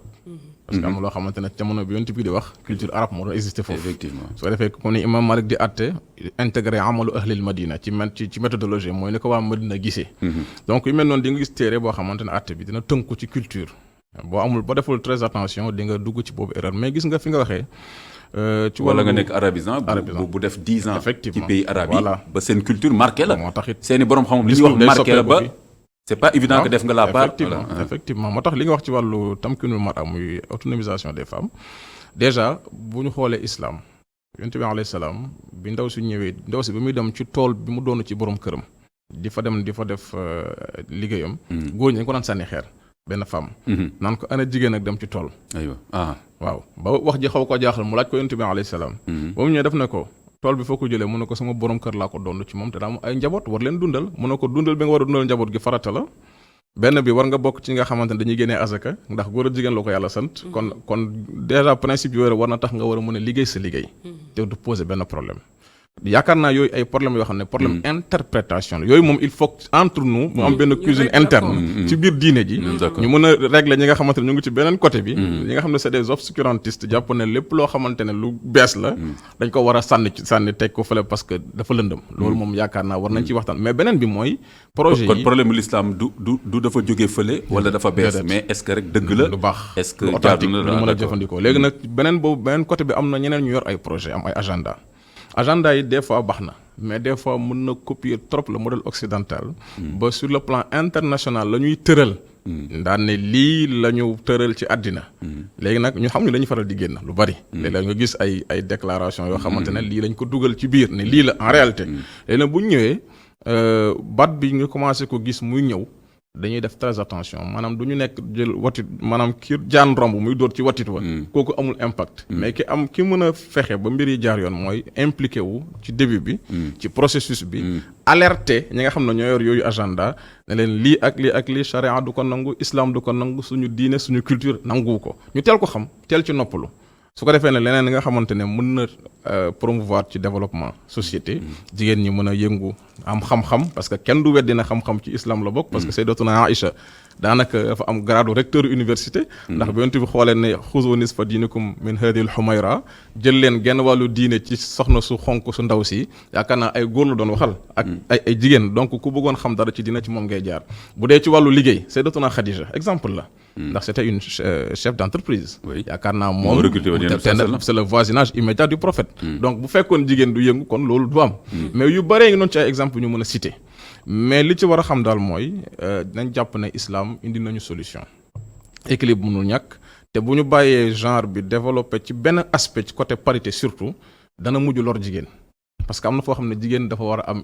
benn discrimination bu positive ci moom dama faral di joxe exemple ñaari ouvrier ak ouvrière comme dañ réclame ba tolloo ay droit ñu jox leen ku ci nekk brin ak marteau pour mu daj ku góor ki di daj ku jigéen ki di daj ku jigéen ki ëmb bu ndaw dab ko donc ci gynécologue mu ne ko moytul les efforts physiques mais comme dafa réclamer parité su boobaa ne dafa bëgg tolloo góor la muy def mu xëy di daaj comme ku góor ki loraange day juddu wala mu ëmb wasin bu bees ñu ne ko da nga war a noppalu congé de maternité yu mel noonu dafa mel ni charia sax dafa dooleel jigéen jox ko plus de droit ci góor parce que daf koy protéger jigéen day génn liggéey waaye ci biir génn gi muy génn dañ koy protéger day nekk en activité waaye dañ koy protéger besoin bu mu am rek islam daf koy sóoraale ci catégorie yëpp moo tax yonent bi alayhi salaam doon wax naan jigéen ñi jàppal leen ay ñoo xam ne da ngeen leen di muñal istawsu bi nisaa'i xayran ñu laaj ko lu tax mu joxe ci benn image boo xam ne féministes yi des fois duñ ko bëgg muy code courbé mais c'est pas péjoratif code cour dafa ne ci yax ñu wax ne jigéen dañ ko yaxu faar boobu ñuy wax ndax xadis man gis naa ci texte mais fii damay animé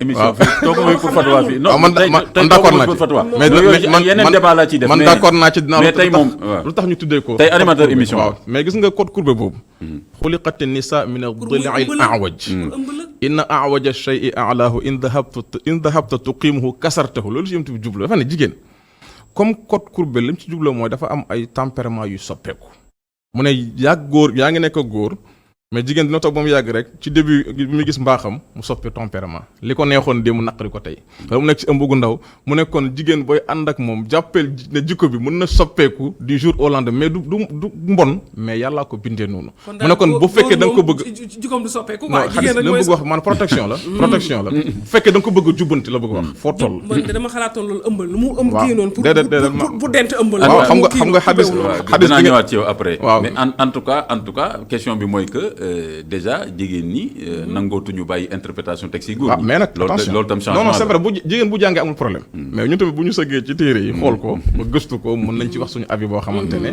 mën nañ am benn primauté par rapport ak loolu ce qui veut dire que li mu jubloon mooy boo bëggee jubbanti ko foo toll da nga koy damm te boo ko dammee yaa ko tooñ foofu la résultat code courbe bi feeñee maanaam lu mu wax mooy bu fekkee da nga bëgg am rigueur ak moom lu ne nga di ko teg bu laajee nga bañ su boobaa da nga koy mujj damm te boo ko dammee yaa ko tooñ ndax jigéen dañ ko bind ci luxe historique mënuñu wax genre tudduñu Adama ak Hawa foofu lay daanelee Adama bañ ko sàkkee dañ ko bàyyi fañ ko bàyyi mais bañ sàkkee Hawa dañ ne uskun anta wa zawjukal janna Hawa xippi rek gis ay luxe gis yu baax gis yu rafet kooku nag boo ko bëggee xañ yu baax ak yu rafet fii ci àddina yaa ko tooñ ndax nature jigéen la moo tax tey jii ni imam tey booy solu mun nga def 15 minutes dem sa yoon mais soxna si buy solu 2 heures de temps lay def parce que nature jigéen la mu bëgg la xamoon ne yu mel noonu sew yooyu sóoraale ko ci c'est pas péjoratif boo bëggee di ko bëgg mu mel ni yow da nga koy damm te boo ko dammee yaa ko tooñ kon interprétation boobu moo jar a déggee xadis boobu c'est important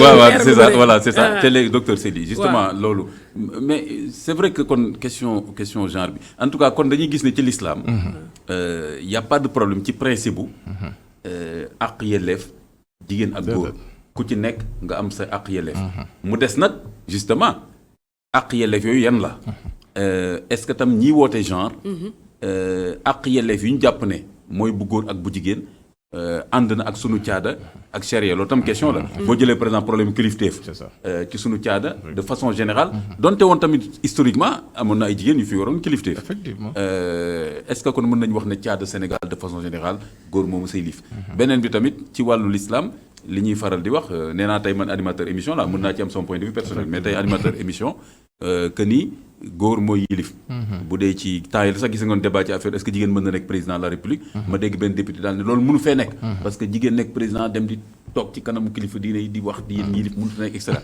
gis nga par exemple lu mel noonu ak xadis bi ñuy wax bi yonent bi waxoon ñi jigéen yiite woon mais gis nañ jigéen bu jiite ci alquran bien sûr Saba la reine de Saba bien sûr léegi loolu warul poser warul nekk débat warul sax nekk débat léegi ma ñëw ci kon léegi kon question genre bi waaw fi mu indee problème kon du question wu ak yelleefu góor ak jigéen parce que jullit yi duñu ay dof yoo xam ni dañuy ngeen baal ma wax bi dañ naan non waruñu nangul jigéen ak yelleefam mais kon opposition bi ñi ci opposé wu dañu jàpp ne daal dafa nar a soppi loo xam ni du islam loolu la bëgg te si biir waxtaan par exemple doo jëlee lu mel ne kilifteef ak parité effectivement est-ce que loolu objectivement narta soppi suñu société bu ñu demee ba jàpp ne kilifteef du question góor ak jigéen te par exemple alquran wax ne en tout cas ne serait-ce que bu dee ci sëy góor mooy yilif jigéen nga gis yéen a ngi def débat ci code de la famille bi naan am na discrimination la parce que pourquoi góor wala yilif jigéen autorité chef de famille ak ci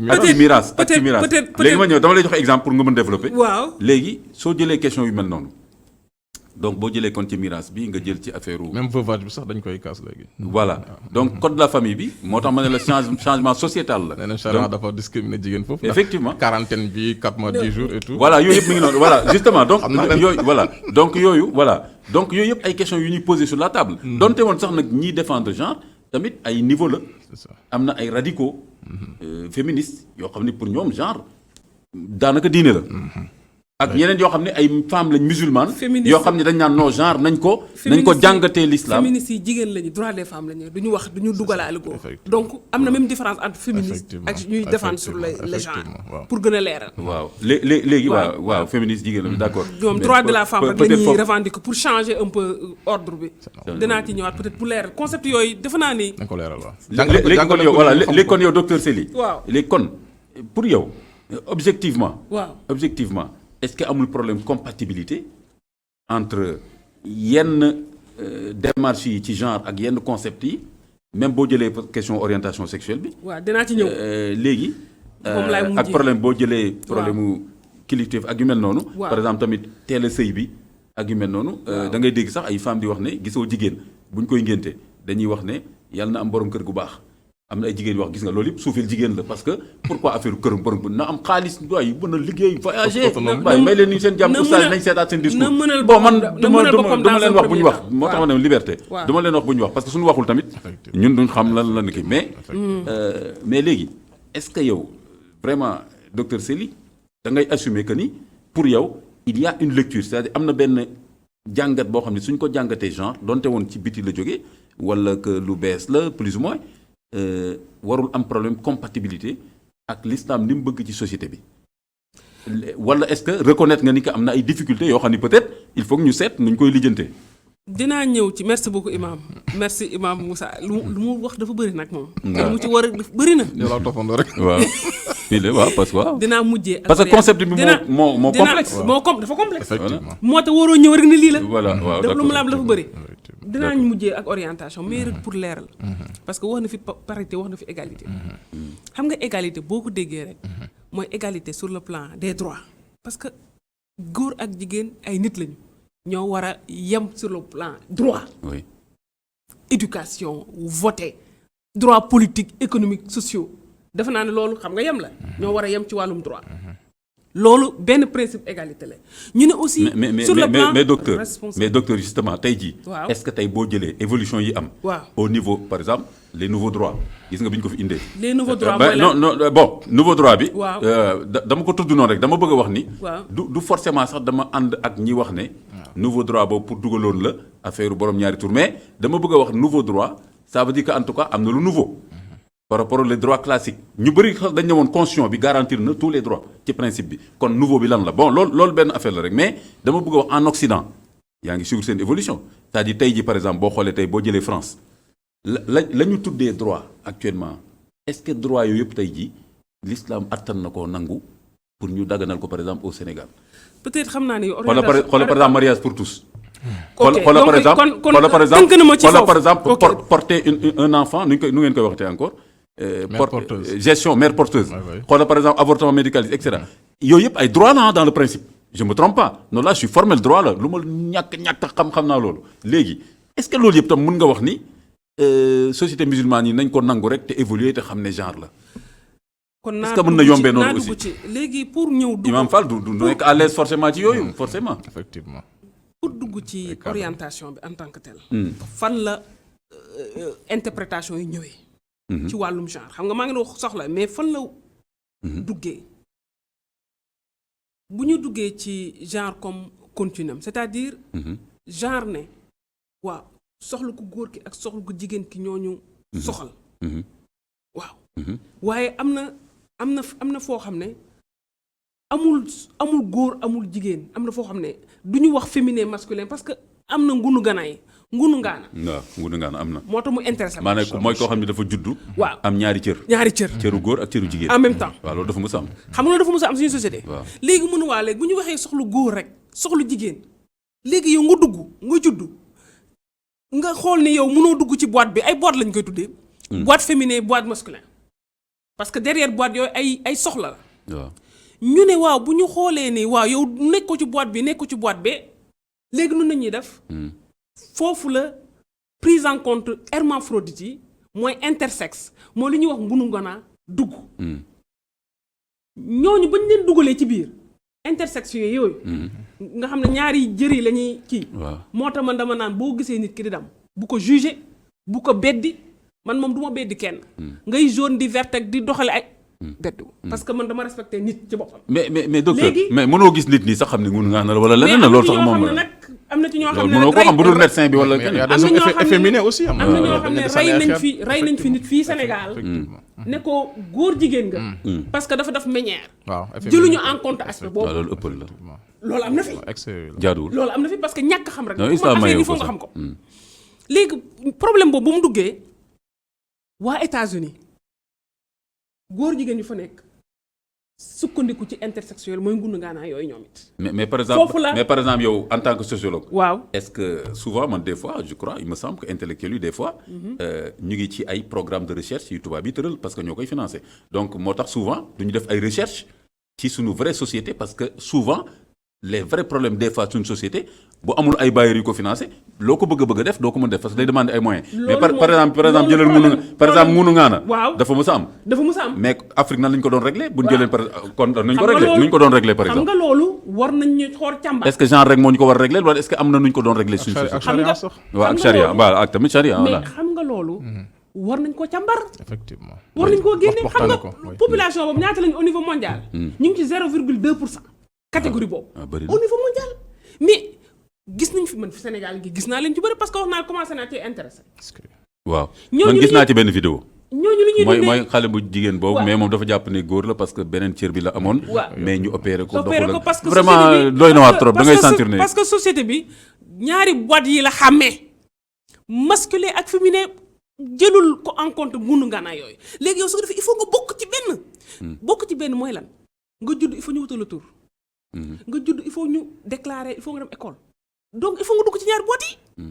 prévoir ñu yeneen ñetteel boîte ba ci l'islam ce qui est constant ci charia quand même mooy ñaari boîte lañ prévoir. c'est ça loolu benn imam lu mu même ci loolu sax y a un imam bu ouvert lu ñu ouvert d'esprit ñame wu ñu wax ne am na beneen boîte mais kon léegi nu ñuy régler munu ngaana boobu il faut que ñu dugal ko ci benn boîte mais genre moom est-ce que day nangu ñu dugal ko ci benn ci ñaari boîte yooyu. y a un sexe prédominant bu dee ci islam. voilà dañu naan ñaari sexe la am mais am na bu ëpp gën a développé kon médecin bi la ñuy laaj bi gën a am doole ñu supprimer beneen bi mais bu dee ci approche genre est-ce que loolu la. xaaral rek ma yegg.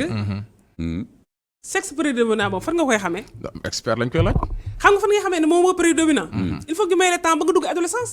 waaw d'accord léegi entre temps. mais fii da ngay judd rek. il faut nga tudd Moussa wala Awa. il faut nga dugal la il faut ñu tuddee la il faut nga dem jàngi école. mais duñ la may temps ñu bàyyi sexe bi développé parce que xamuñu parce que waxtaane wuñ ko posé wuñ ko fenn il faut que ñu régler foofu. non dinañ ko waxtaane ci biir famille bi xëy na dañ ko waxtaane ci biir famille bi ci non boppam forcément parce que xale bu juddu dinañ xam nu mu mel. famille bu ci boppam yow tam docteur. xaaral jigéen bi jur doomam par force dinañ xam ne xale bi nii la mel ba mu nekkee bébé. kaay ma wax la dinañ ko xam. imam mënta nëbbu. imam visite prénatale sax des fois. imam dañ ko gis avec les échographies là imam am na ci yoo xam ne. forcément dañ ko développé imam am na ci yoo xam ne après lay génn. imam waaw j'ai vu des cas. après c'est xale bi jigéen la. waaw xale bi jigéen la. waaw. awro bi jigéen la maa ngi kii. effectivement léegi ba mu duggee 6 ans. waaw 7 ans. waaw la. d'accord clitoris bi commencé génn nekk awro góor. loolu prévoir yu ci écho yi. loolu ay phénomène la yoo xam ne te loolu yàlla mbirum yàlla la. dëgg la mbirum yàlla la. léegi c'est des choses qu'il faut mais nañ ko assumer phénomène mbirum yàlla biologique la kay oui. tudduma fi góor jigéen de. c'est ça effectivement tudduma fi góor jigéen. waaw parce que jógeen pratique sexuelle la man maa ngi ci phénomène biologique. d'accord pour indi boîte ba léegi ci wàllum genre loolu dafa commencé dugg. léegi loolu ba mu duggee aux États-Unis góor jigéen ci dafa nekk ñoom it profité ci occasion boobu ci internet duggal ci foofu. d'accord noonu la affaire yi ñëwee. ñoom ñu profité dugal loolu. dugal mais léegi nag ñun est-ce que tam dina tax ñu tam ñun tam profité leen dugal foofu. wala nañ ñu bàyyi ñun ñu jàngat ko ñun. léegi indi suñu sariya ak suñu aada ñun ne nii lañ koy réglé. peut-être problème a ngi foofu. problème la moo tax affaire yi il faut nga comprendre. c'est ça xool parce que dafa yaatu. xam nga loolu ci ay besoins parce que finalité bi. en tout cas maa ngi lay remercier bu baax de parce que yaa ngi toj affaire bi bu baax. finalité bi xam nga lan la finalité bi. pour ñu régler besoins yi. parce que xool kooku noonu am ñaari awra yi. mais bokkul ak kay besoin. c'est d'accord. xoolal besoin bu ñu ko réglé. te kooku prise en charge médicale am sax besoin spécifique la boo xam dañ ko war a toppatoo. du bokk je suis d'accord du bokk carrément mais loolu dañ ko war a poser ci Sénégal parce que mi ngi fii. d'accord problème la pour man ci Sénégal boo discuter ak médecin dañ naan sida baa ngi fi ak palu bi sibiru bi selli ñii ay cas. mais loolu bis boo ko yëgatee rek imaam yi ànd ak ñi ànd ci yow liggéey ñu liggéey ci. am na ci famille yoo xam ne et am na benn journaliste Chérif. parce que maa ngi naan parce que projet bi bàyyi dama projet ci affaire yi. donc maa ngi wut ay financement pour mun a leeral yëf yi. am na ci benn journaliste boo xam ne dafa def sax reportage nee na maa ngi doog a def reportage di jooy. non ndeysaan. maa ngi doog a def reportage. oui gis xale bu jigéen koo xam ne kii jigéen la mais dafa am awro góor en même temps ak jigéen. te xam nañ ni kii jigéen la. papa ji ne il faut mu jongal ko. de kii góor la. kii carrément góor la. parce que tant que waxtaane wuñ ko tant que nit ñi waaw xamuñu lii buñ ci boole woon ñi ko war a waxtaanee teg médecin bi teg imam bi ça. teg kilifa ca kër ga pencoo ko. koo xam ni papa ji ci boppam koo xam ni kilifa la ko def Effectivement. rek kon mën nañ ko régler defe naa ni lu ciy ñuul lu tax Sénégalais yi bëri ragal ba ñu duggalee intersexe boobu noonu di gunu ngaana ci yëf yi parce que il faut ñu régler kooku besoin am la ñëlee ay Kay, góor jigéen ñu nekk kese États-Unis la. glissé wu ci biir Effectivement. ne ñoom mi dañuy dugg foofu la foofu la ñuy maintenant régler, il faut ngeen comprendre yëf yi parce que genre lu ko tax a jóg mooy jël ay soxla góor ak jigéen parce que bu ñu xamul soxla ku góor ki ak soxla ku jigéen ki développement du am pour man mais docteur Développement doon. genre des fois tam mu am confusion il faut ngeen Waaw. régler problème Waaw. boobu Waaw. les intellectuels sociologues yéen en particulier parce que des fois ñu dugal ci lii il faut que mu cohérent parce que man des fois ni may déggee approche genre dañ ciy dugal sax handicapé yi dugal ci naan mais Léegi- est-ce que loolu yëpp tam genre la genre tam na nekk lu ñu xam lan la Voilà. ah Xam mais nga tam bu nag- fekkee ni chaque fois nga yaatal Xam nga nag- léeg-léeg nga rocc ci leen benn dugal beneen Xam nga tiroir loolu da di day mel ne yaa ngi def cache à Xam nga nag cache cache du ma- di nax nit ñi bu ko defee nit ñi dañ lay soupçonné Am que na- da nga bëgg a imposer dara société bi quoi dama ne xam nga Sénégal ñu war a wax duñu wax pour man expert genre yi dafa bëri da Oui. ngay déglu kenn Voilà. da ngay bëgg a dugg si toofu table sax da ngaan kii day yàq suñu liggéey waaw c'est ça parce que handicapé boo lu ko ne nga jëlee dugal ko ci biir genre handicapé boo ko jëlee du genre voilà par handicapé exemple handicapé facteur de vulnérabilité ok maa ngi leeral mën nga am góor boo xam ne handicapé la moteur am jigéen boo xam ne handicapé moteur la Voilà. mais ci wàllum besoin yi du ñu yem noo du yem postcard du yem effectivement parce que maa ngi doon wax sànq besoin biologique yi man lu ma soxla biologiquement même bu ma bokkee ak sama morom bi handicapé moom ñu ñaar ñëpp Du yem. ñu ngi ci chaise yi toog du yem xam nga facteur de vulnérabilité ñoo ko bokk mais ci bokk par boobu exemple dundee wuñ ko par de la exemple même manière handicapé góor bi handicapé Waaw. ci suñu société waaw dinañ fexe ba lijjantil ko soxna parce que dañuy naan bi góor la mais handicapé ku jigéen ki mën dañuy jàpp ne même bu amul jëkkër du problème ah jigéen problème. la gën a Donc- waaw yooyu problème la donc ouais, ay ñaar problème yooyu. la alors que am na besoin sexualité besoin, boobu ñu baal ma ci wax bi mais donc boo jëlee ñaar ñooñu handicapé ku góor ki ak handicapé ku jigéen ki ñoo bokk facteur de vulnérabilité boobu d'accord ñoo ko bokk mais niñ koy dundee bokkul niñ ko d'accord dundee bokkul moi je suis d'accord parce que boo jëlee ku jigéen ki am nañu ciy am jëkkër sax di am doom mais bu ñu waree dem ca consultation ca accoucher ñu fekk fa taabal ba nga war a yéeg mais loolu ay problème la te loolu ministère de la santé parce que mi ngi ciy- prévoir uñu parce que prévoir uñ ko dañ jàpp ni sama genre yi rek ñoom war a ñëw ci taabal ba yeeg ci bus yeeg yëpp. mais yow kële te déjà yëkkati bi des fois du am tànk wala des fois du am loxo kon déjà ni nga clarifier c'est intéressant parce que déjà loolu mooy facteur de vulnérabilité kon bu ñu jël yëpp jaxase ko ci biir genre Loolu ba ay facteur loolu tam de- mooy tax tam imaam yi gën a énervé ak c'est oustaz ça daal ne voilà gis ngeen ñi dañuy c'est fontoon ça ñi loolu facteur de vulnérabilité la na leer quoi loolu facteur de Waaw. vulnérabilité léegi ci facteur de vulnérabilité boobu na nga koy dundee en tant que góor ak jigéen du bokk Loolu parce dëgg- que loolu encore dëgg une la. fois besoin yi dëgg la besoin yi bokkuñu spécifique la ñu am. donc handicapé du genre handicapé facteur de vulnérabilité la te lépp luñ ci jublu rek mooy ñu régler soxla yi man lii laa soxla kii lii la soxla parce que personne handicapé yooyu noonu ku góor ki soxlaam bokk la ku jigéen ki soxlaam boo demee réew ci village yi kooku dina handicapé mais day dem tool ya dina obligé dem tool ya amul tànk mais dina dem rooti extra léegi la kooku booy xalaat yow ci ay politique ak ay programme mais da nga ko war a programme yi ngay tëdd da nga ko war a méngalool ak moom besoin waroo rek def ay programme yoo xam ne Waaw, ñëpp am tànk mais di waaw. dox ñëpp am loxo di dox ñëppay wax ñëppay dégg exception yi moom, ñëpp ouais, mais c'est commencé ça. nañu defe naa ne ay effort fii effectivement. am na ci émission yi important yu Mais- bëri mais- dina am sourmé yi waaw xamante ne loolu mu yooyu gën a yëpp, metti voilà oui. sóoraale wuñu leen sourmé yooyu noonu C'est vrai. yow yaa ngi ci société yow yaa ngi gis nit ñi dana am rek information xamoon ci dara et cetera mhm, mais au moins ñu am ñoo xam ne langue de signe Effectivement. mais loolu dañuy jël en compte besoin bi oui c'est extrêmement important te moyens donc yi voilà genre bi boo ko jëlee approche bi sax en tant que tel mooy na ñëpp dugg bu ñu fàtte kenn bu ñu boddi kenn parce que développement boo fàttee kenn rek pour développement du am il faut que ñëpp dugg il faut ñu duggalaale en compte besoin yi ñëpp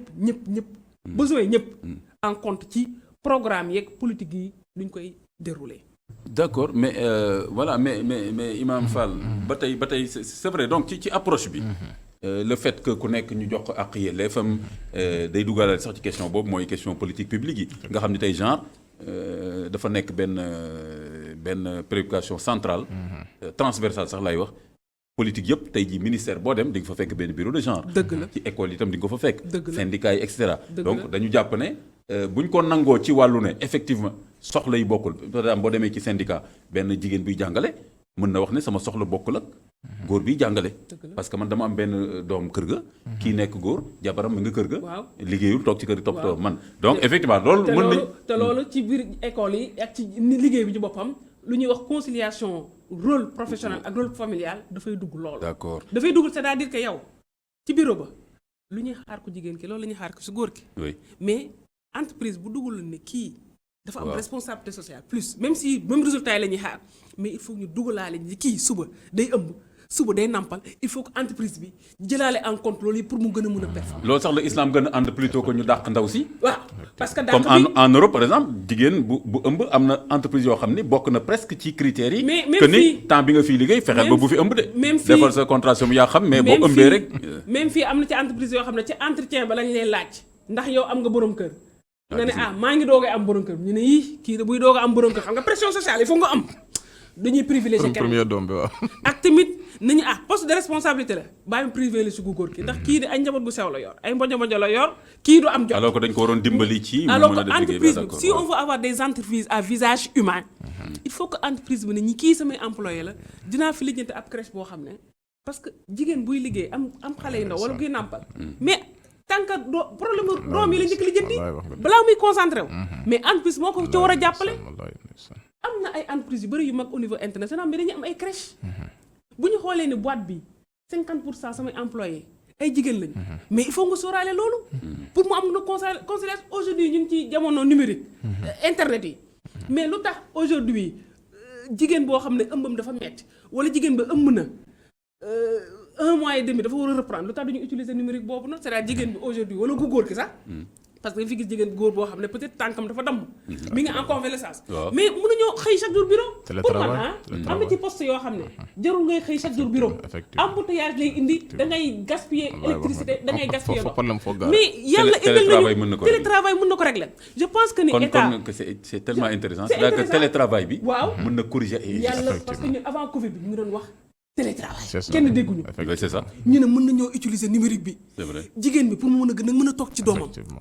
mën na di suivre dossier projet bi nampal sur di liggéey. internet bi Wallaay wax nga moo gën dëgg. muy dugg ci oto yi di rang-rang yi Effectivement. Oui. ñu ne loolu mënut a nekk mën na nekk. mais ba Covid ñëwee dañ ko bëggul la ñu organiser. gis ni mën na nekk loolu moo tax heureusement boo dugalee stratégie nationale numérique 2025 bu Sénégal ca baxal nañ ko fa C'est ça, bien parce que am na entreprise bu mag bii ci Sénégal moo ko njëkk a commencé di utiliser pour jigéen ñuy tënji Effectivement.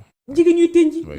Oui. dañ leen ko commencé utiliser ak ñoom Effectivement, oui. ne leen mën ngeen bu ñu paree kii mën ngeen di suivre seen projet C'est ça. à travers l'ordinateur Bien sûr, bien le temps ngeen di pare pour reprendre moo gën ñu leen dàq Effectivement. parce que am na yenn entreprise dañ leen di dàq parce que ñëw na fi donc je pense que ne am na ay te yaa ay ngi dàq koo jumtuwaay. xam ni xamoo ñan ñoo bootu ci moom. waaw Ay wallaay. am na si ñoo xam ni sax ñoom sax famille presque la. ñooy rek kër gi. am na Mais ñoo xam ni jigéen- seen jëkkër sax yoratul dara wala mi ngi pitim réew. mën na la liggéeyam doxul. mën na la et imam cetera. dañuy waxante dëgg rek mais jigéen ñu ci bëri ñoo yor seen kër Dëgg moo la. xoolee jigéen joo C'est xam vrai ne aussi. mi ngi yeewu 3 heures du matin de Lay ñu jaay ndeysaan. légumes yi fii ci marché yi laaj leen toog nga Jàmbaar laaj lañu, leen seen jàmbaar seen lañu. parcours fan la ñuy njëkk Jàmbaar lañu macha non dëgg la. ñooñu dañ gu ñuy dang na ci oto xoolal yeewul 5 du matin xoolal oto yi ñu fa fees Ah, non non c'est ça se voit. ñoom rek léegi ñoom. léegi jigéen yooyu nga gis leen ne da ngeen teg ne dañuy liggéey nii rek bu ñu amu woon loo xam ne seen loos teguñu ko fa mais bu leen neexee sax ñu bàyyi Wallaay, mais parce que dafa am ay responsabilité waaw mais ñenn moo si- tax dange gi waaw te loolu c'est vrai. société daf leen war a te li accompagner ëpp seen alal si njaboot bi lay dellu donte woon gaspillage am na ci cérémonie yi. donte woon tam des fois ñooy jox seen doom lu muy demee migration clandestine. lu tax ba loolu dee ci ndox mi. lu tax parce que dañ loolu ko naan imam sa morom du tekki nga bañ a lu tax tekki. loolu imam parce que dama naan jigéen pression constant lay am parce que sa doom bu tekkiwul la ñuy wax jigéen yu ndey Yaayam. añum responsable bi yow la stéréotype yooyu. mais loolu pression la Effectivement. c'est-à-dire que yow boo liggéey dañ naan la sa jigéen doom bu tekkiwul yow la yow yaa liggéeyul loolu lañ lay wax jaaduwul. Oui. loolu lañ société di wax dañu war a seet daal lu tax xale bi tekkiwul mais pas ne yaay ji. mais yaay ja la ñuy wax parce que da nga yaay gis ja ci nag benn dina xale boo xam ni papaam papa day moo ko won mandi ginnaaw di jël alal di def ci biti lijjantiwu ko ba pare bu di xale bi doxaan. yàqoo ñu ne yaay ji la wax dëgg yàlla imam loolu moom. defe kon naa ne xamul loolu famille liggéey la boo xam ne yéen ñii di ça. responsable am na ci Effectivement. ak am na jigéen yoo xam ne lu ñuy dund dëgg la Non, lu bëri cancer bi bëri pression bi bëri nag waatu nekk beeg ci yëpp. kër gu mag Wallaay wax nga dëgg. waatar bi xamoo sax lu ñuy dund parce que ay yu sew la yoo xam ne te duñ ko faral di waxee Effectivement. loolu moo tax ñuy jaay seen takkaay ok jaay seen terrain yebal na il faut nga tekki parce que fii sama nawle yi fi nekk il faut nga siggil ma pour mu mën a d'accord donc problème oui, yi dëgg la dafa yooyu war nañ ci wax mais dama xamul kan mais docteur Sylla kon en tout cas objectivement quand même Inch'Allah. comme exemple yooyu ma joxe am na quand même il me semble incompatibilité ñàkk a mën a ànd bu am ci yenn aspect genre yi comme ni ma wax par exemple affaire kilifteef boobu ak affaire ay héritage ak mais affaire ay xaar imam baal ma dinaa la dagg yooyu waaw xaar ma dagg la dana ma lay dagg sax waaw bu ñu jëlee héritage mais diine gi lan la wax am na ci contexte boo xam ne góor ak jigéen sax mooy ëppale effectivement mais lu tax doo leen ko wax de toujours dañ koy wax kay. ñu ngi koy wax kay ñun ñoo ko wax yéen ñoo koy wax moo tax yéen ngeen xam moom ko da ngeen di faral di ñun ñoo ko wax moo tax ngeen xam ko moo tax ngeen xam ko de. da ngeen koy gën a fësal nag am na ci foo xam ne ku jigéen ki mooy ëppale sax ku góor ki bien sûr am na fi koo xam ne ci héritage Bien sûr. ku góor ki ku jigéen ki ñooy yemale Bien tout sûr. dépend relation bi Bien avec sûr, bien sûr. mais ni ñu koy Waaw, faral di bien wax sûr. te en plus kilifteef boobu noonu mais lan mooy kilifteef xam kilifteef bi moo bi man nu ma ko comprendre imam xawaa ma waaw sur le plan responsable leadership bi. xoolal dañoo duggal ci biir kii bi bon d'abord kilifteef bi ci kër la yem déjà ci déggin bu wér bu normal mais bu ñu jëlee maanaam kër góor gi moo yilif jabar mais yilif mais mooy waxuñ lan? la tey booy dox ci Ñaar benn am maanaam par am exemple ci nekk nii Waaw. yow yilifum la ci dara déedéet même li ñu delluwaat ci kër gi sax Bien imam imam il faut kilifa boobu ñu leeral ko Ouais. ci biir kër gi lañ d'accord Waaw. parce que man doo ci Chef de mbedd mi nga famille. naan ma chef de famille mooy lan imam mooy koo xam ne dafa nekk au service de ta famille au waaw loolu la service mooy loolu mais moo war a sàmm famille bi orienté ko taxawu ko waaw loolu mooy chef de famille chef de famille Waaw. mais chef du koo xam ne moom day Chefferie, quoi. bu duggee ñëpp taxaw bu mais du loolu mooy kilifa ah waaw mais docteur Waaw, docteur waaw. compréhension radicale genre les vrais féministes genre ñoom kilifteefu góor boobu ci boppam lañ nanguwul te d'accord avec moi bu mu jëlee loolu ci parce que dañ jàpp ne lu tax ñuy jagleel góor parce que góor la rôle social boobu mooy kilifteef ci kii Xam nga alors ñoom- que xam nga ñoom lan la ñuy bañ? teguwul fenn Xam nga lan la ñuy bañ? loolu moom mënuñ ci dara noonu la kilifa la demee ñuy bañ kilifa boo xam ne mu la waxee lii loolu ngay def du lijjanti sa soxla du xalaat yow la ngay yëg moom lu mu wax rek loolu ngeen di def ku def muy xale muy góor muy jigéen yonent bi chef boobu la ñuy wax ku def loolu royo mais yonent bi loolu la ñuy wax yonent kilifa bi nag alayhi salaam deful koo loolu xam ne bu duggee ñëpp taxaw doo nooy doo sëqat lu ma la wax moom ngay def nga ne ko lii gisuma ci sa bopp mu ne ko kon yow bokkoo ci ñi remettre en cause code de la famille bi chef de famille mais da nga bëgg ñu redéfinir ko nañ ko redéfinir nga bëgg a wax dañ koy léegi mais pourquoi loolu gêné wuñ je pense que gêné wuñ kaay ma wax la ci chef de famille boobu ne ci biir waaw kaay ma wax chef de famille mën nañ ko redéfinir gën a wax devoir yi nga xam ni chef de famille am na ko Kaay ma pour wax que ñu la. bañ a jàpp ne rek kaay ma wax la te loolu sax defe naa ne diine moom da cee Effectivement. c'est fait que chef de famille c'est-à-dire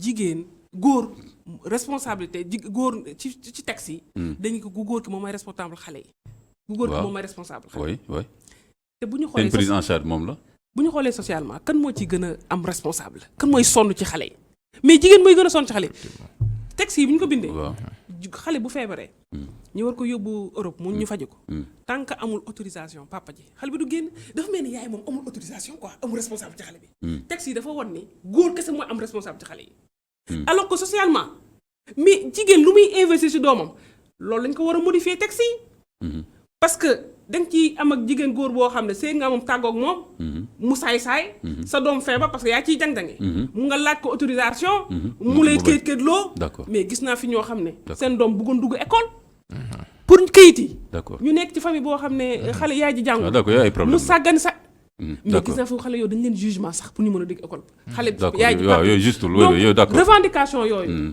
dafa légitime ci texte yi Ñëpp ak ci tamit ñëpp ci jàpp benn revendication boo xam ne impôt avant la ñu xeex gu jigéen nu muy fay impôt dafa bëri parce que dañ naan jigéen amul charge c'est ça voilà loolu moo doon principe bi Loolu moo mais bu loolu changé effectivement mën nañ xoolaat Changer. kii bi parce réglementation que aujourd'hui dama naan les femmes célibataires ñoom ñoo gën a ëpp charge parce que dañ naan leen amu leen charge Waaw, ki c'est ça. dañ koy wari bi Orange Money bi dañ leen di solliciter léegi texte yooyu noonu bu ñu waxee ni waaw mais bu ñu waxee ni attention non chef mais attention mais entre ñu solliciter la Dañ naan ne mën amoo nga charge joxe actuellement. mën ngaa bañ a joxe par contre ki am doom il est obligé mu jël en charge doomam moo tax ñu imposer que les impôts plus que loolu la aussi waaw léegi nag xam nga loolu changé nañ ko nag pour Voilà. wax la depuis 2008 c'est-à-dire on a depuis 2008 ce qu'on appelle le taux d'imposition góor ak jigéen ñoo yem ci wàllum fay impôt donc salaire yi dañoo war a yem loolu réglé nañ ko léegi xam nga lan la ñu réglé wul le fait que léegi góor ak jigéen Waaw. ñoo war a yem ci fay impôt Waaw. léegi attends mais est-ce que kon changé nañ tamit Salaire bi. nekk ku góor ki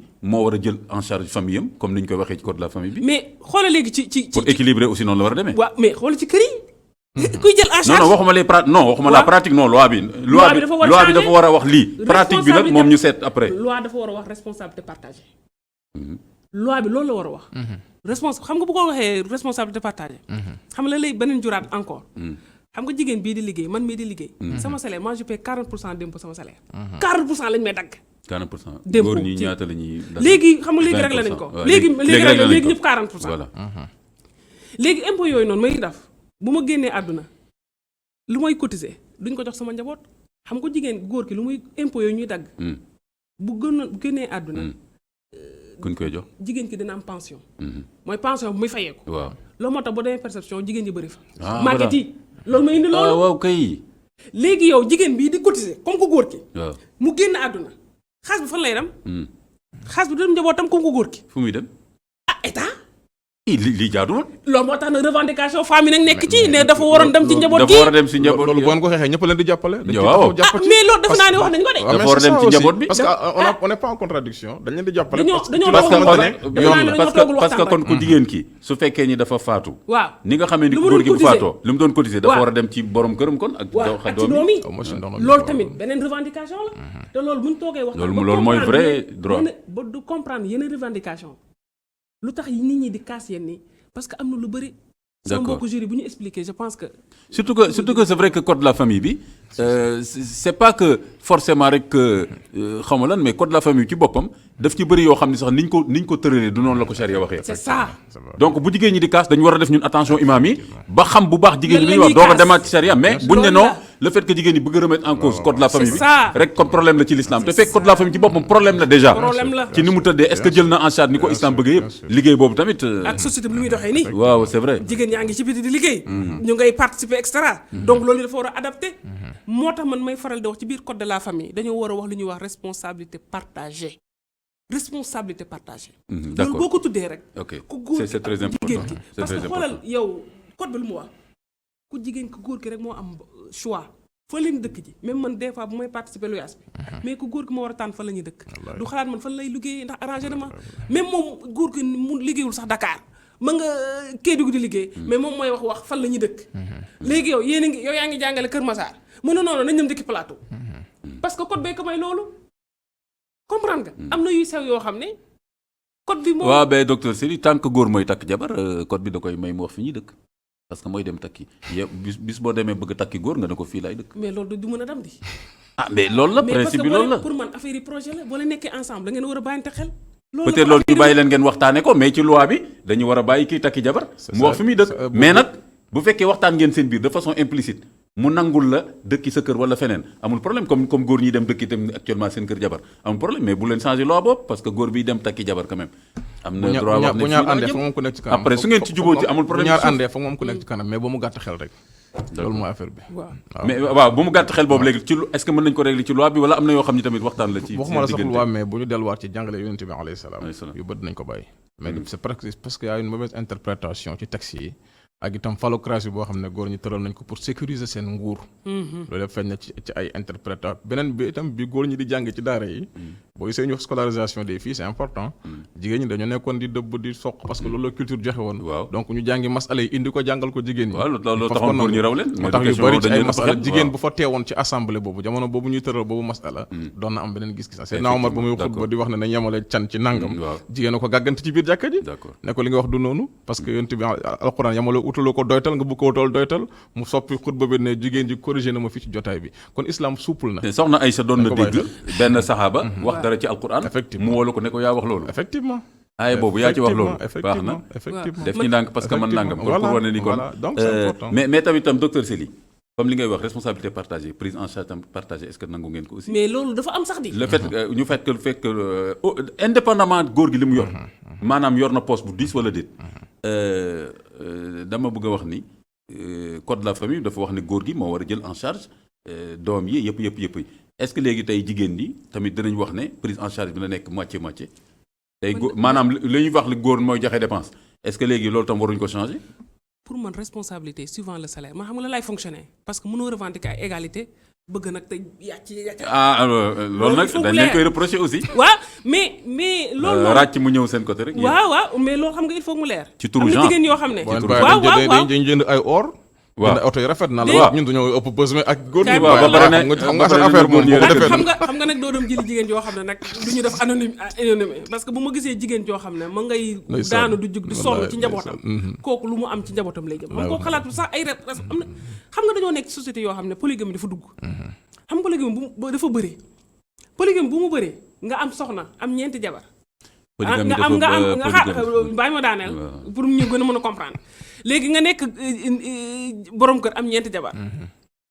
xam nga ak revenu yu nga am du mën a couvrir besoin famille bi yëpp. ça dépend.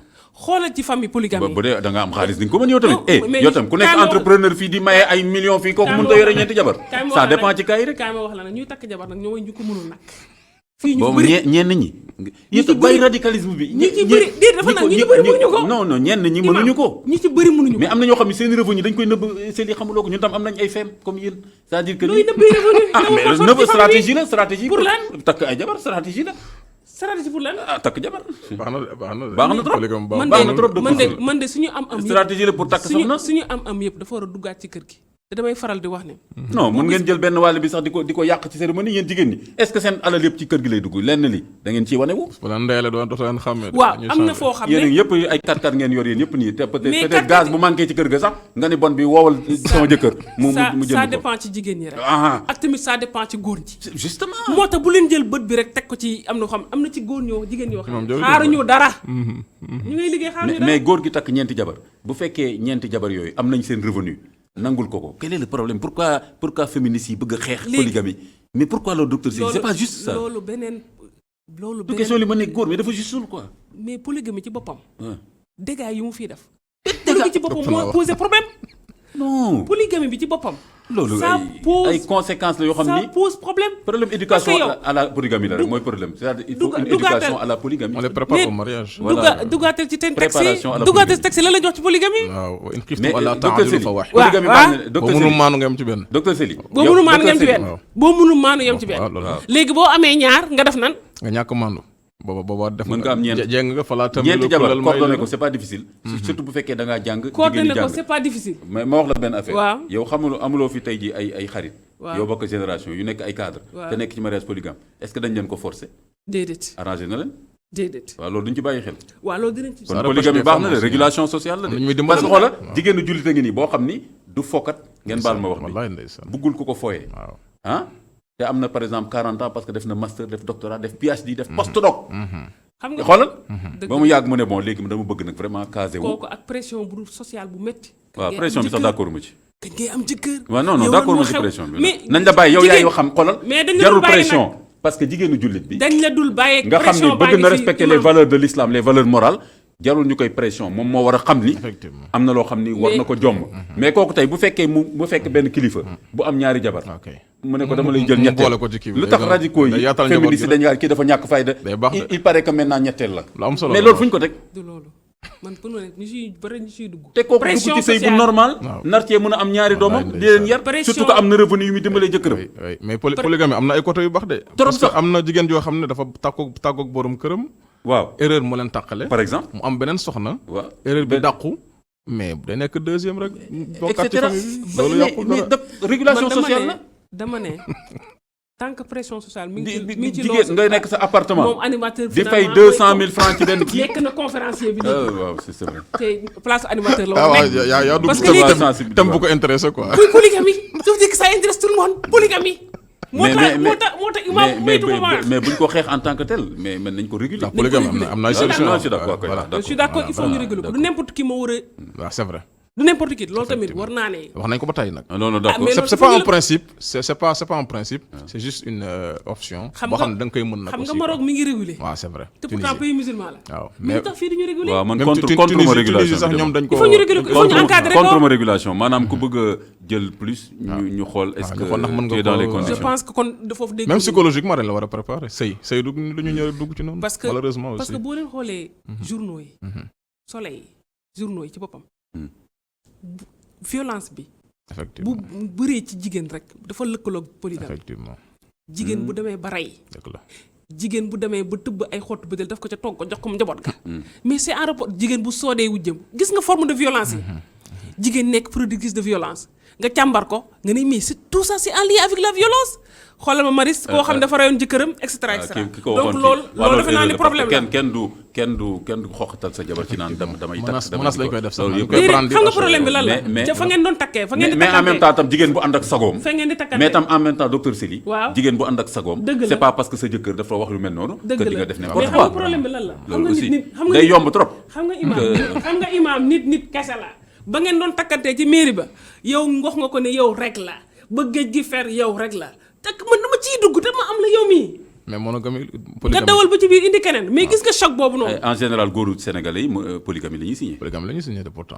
leer na ci signature moom la ñuy pourtant signé léegi docteur Sely ba il nous reste quelques minutes docteur Sely léegi kii affaire nu mu tuddati affaire orientation sexuelle bi léegi est-ce que am na lien direct entre genre ak orientation sexuelle parce que xam nga problème bi tam mooy loolu ak problème bi amoon temps yi UNESCO éducation à la vie familiale amoon na donc éducation sexuelle ci boppam benn imam dàqu ko en tout cas imam yi ñu xam quoi kon boobu defe naa ne loolu war nañ ko éducation sexuelle dafa mais li ci rax moo tax waaw li ci rax moo tax léegi loolu nag léegi nag état mooy am fula ci boppam état mooy am fula ci boppam est-ce que waruñu am suñu modèle éducation sexuelle boo xam dañoo war a am modèle dañ ciy dégager li nga xam ne beneen projet de société la société bu amul projet de société parce que éducation France bu amee mariage pour tous dëgg la am mariage homosexuel et cetera xam nga kon soo bàyyee loolu mu jàll fii tamit forcément dina fi indi problème ma ne imam boo amul projet de société parce que projet de société boo jëlee éducation day dugg ci projet de société boobu noonu mais boo amul projet de société amoo un modèle d'éducation nan nga war a yaree mais ça pose problème éducation sexuelle ba man dama cee d'accord ba mu mat sëkk parce que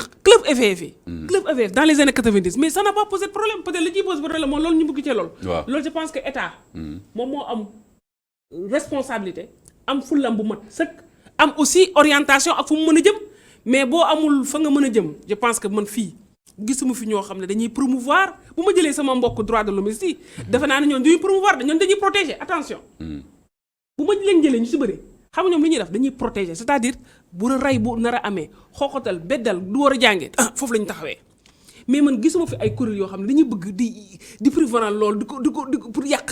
non waaw ñu ci bëri en tout cas. ñu ci bëri boo ci gisee koo xam ne dugal na ci mën nga wax ne ñi dañuy protéger ci ëpp doole fi mu nekk nii moom gaa wax nañu affaire promouvoir borom ñaari tur ak yu mel noonu dugguñ ci naan na loolu moom sant yàlla. dañuy protéger mais d'accord ñi ci bëri dañuy protéger parce que ñooñu ay nit lañu. dañoo war a dund dañoo war a faju dañoo war a jàngi l'école dañoo war a liggéey ci foofu la ñuy dugalee sa loxo donc. pour tëddal rek état war na ci am fula ci par rapport ak état bu amul projet de société bu amul un modèle éducation parce que on n'est pas obligé recopier éducation bële parce que même éducation te modèle boobu suñuy valeur feeñ ci suñuy mën na la même éducation bii ñu am français bi dëkkuwul ak suñuy priorité ok d'accord loolu dañ ko war a repenser def nañu histoire générale Afrique de l'Afrique mais duñ ko jàngale sax ci biir école yi. gis nga. voilà li ñu war a jàngale bëri na. loolu suñ ci duggee sax beneen affaire la encore très bien d'accord très bien vraiment voilà ñu ngi may signaler sànq ba tey mu rahmatulahi alors kon mais émission bi mën nañ ci def 10 numéros te du jeex mais quand même vraiment remercier particulièrement docteur Sely Ba parce que quand même je pense que indi nga fi benn contribution man de maa ngi topp dossier bi depuis des années et cetera contribution bi vraiment am na solo lool benn jigéenu Sénégal boo xam ne tey ci intellectuel sénégalais yi gën a kawee la bokk di liggéey ci askan bi di jàngale di gëstu ñëw indi contribution am loolu vraiment dañ ko war a rafetlu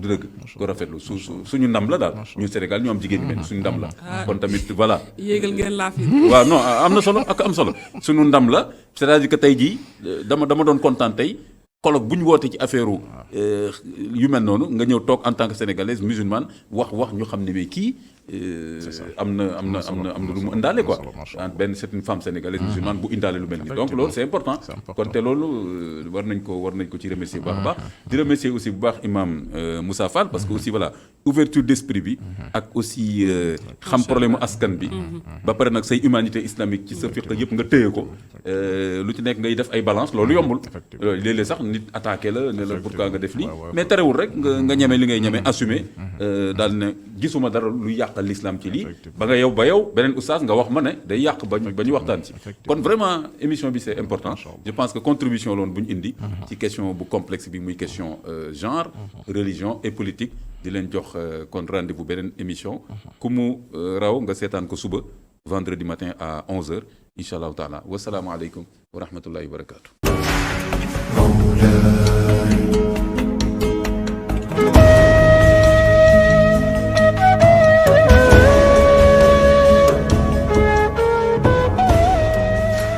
Jàmbaar ci diine sur ITV.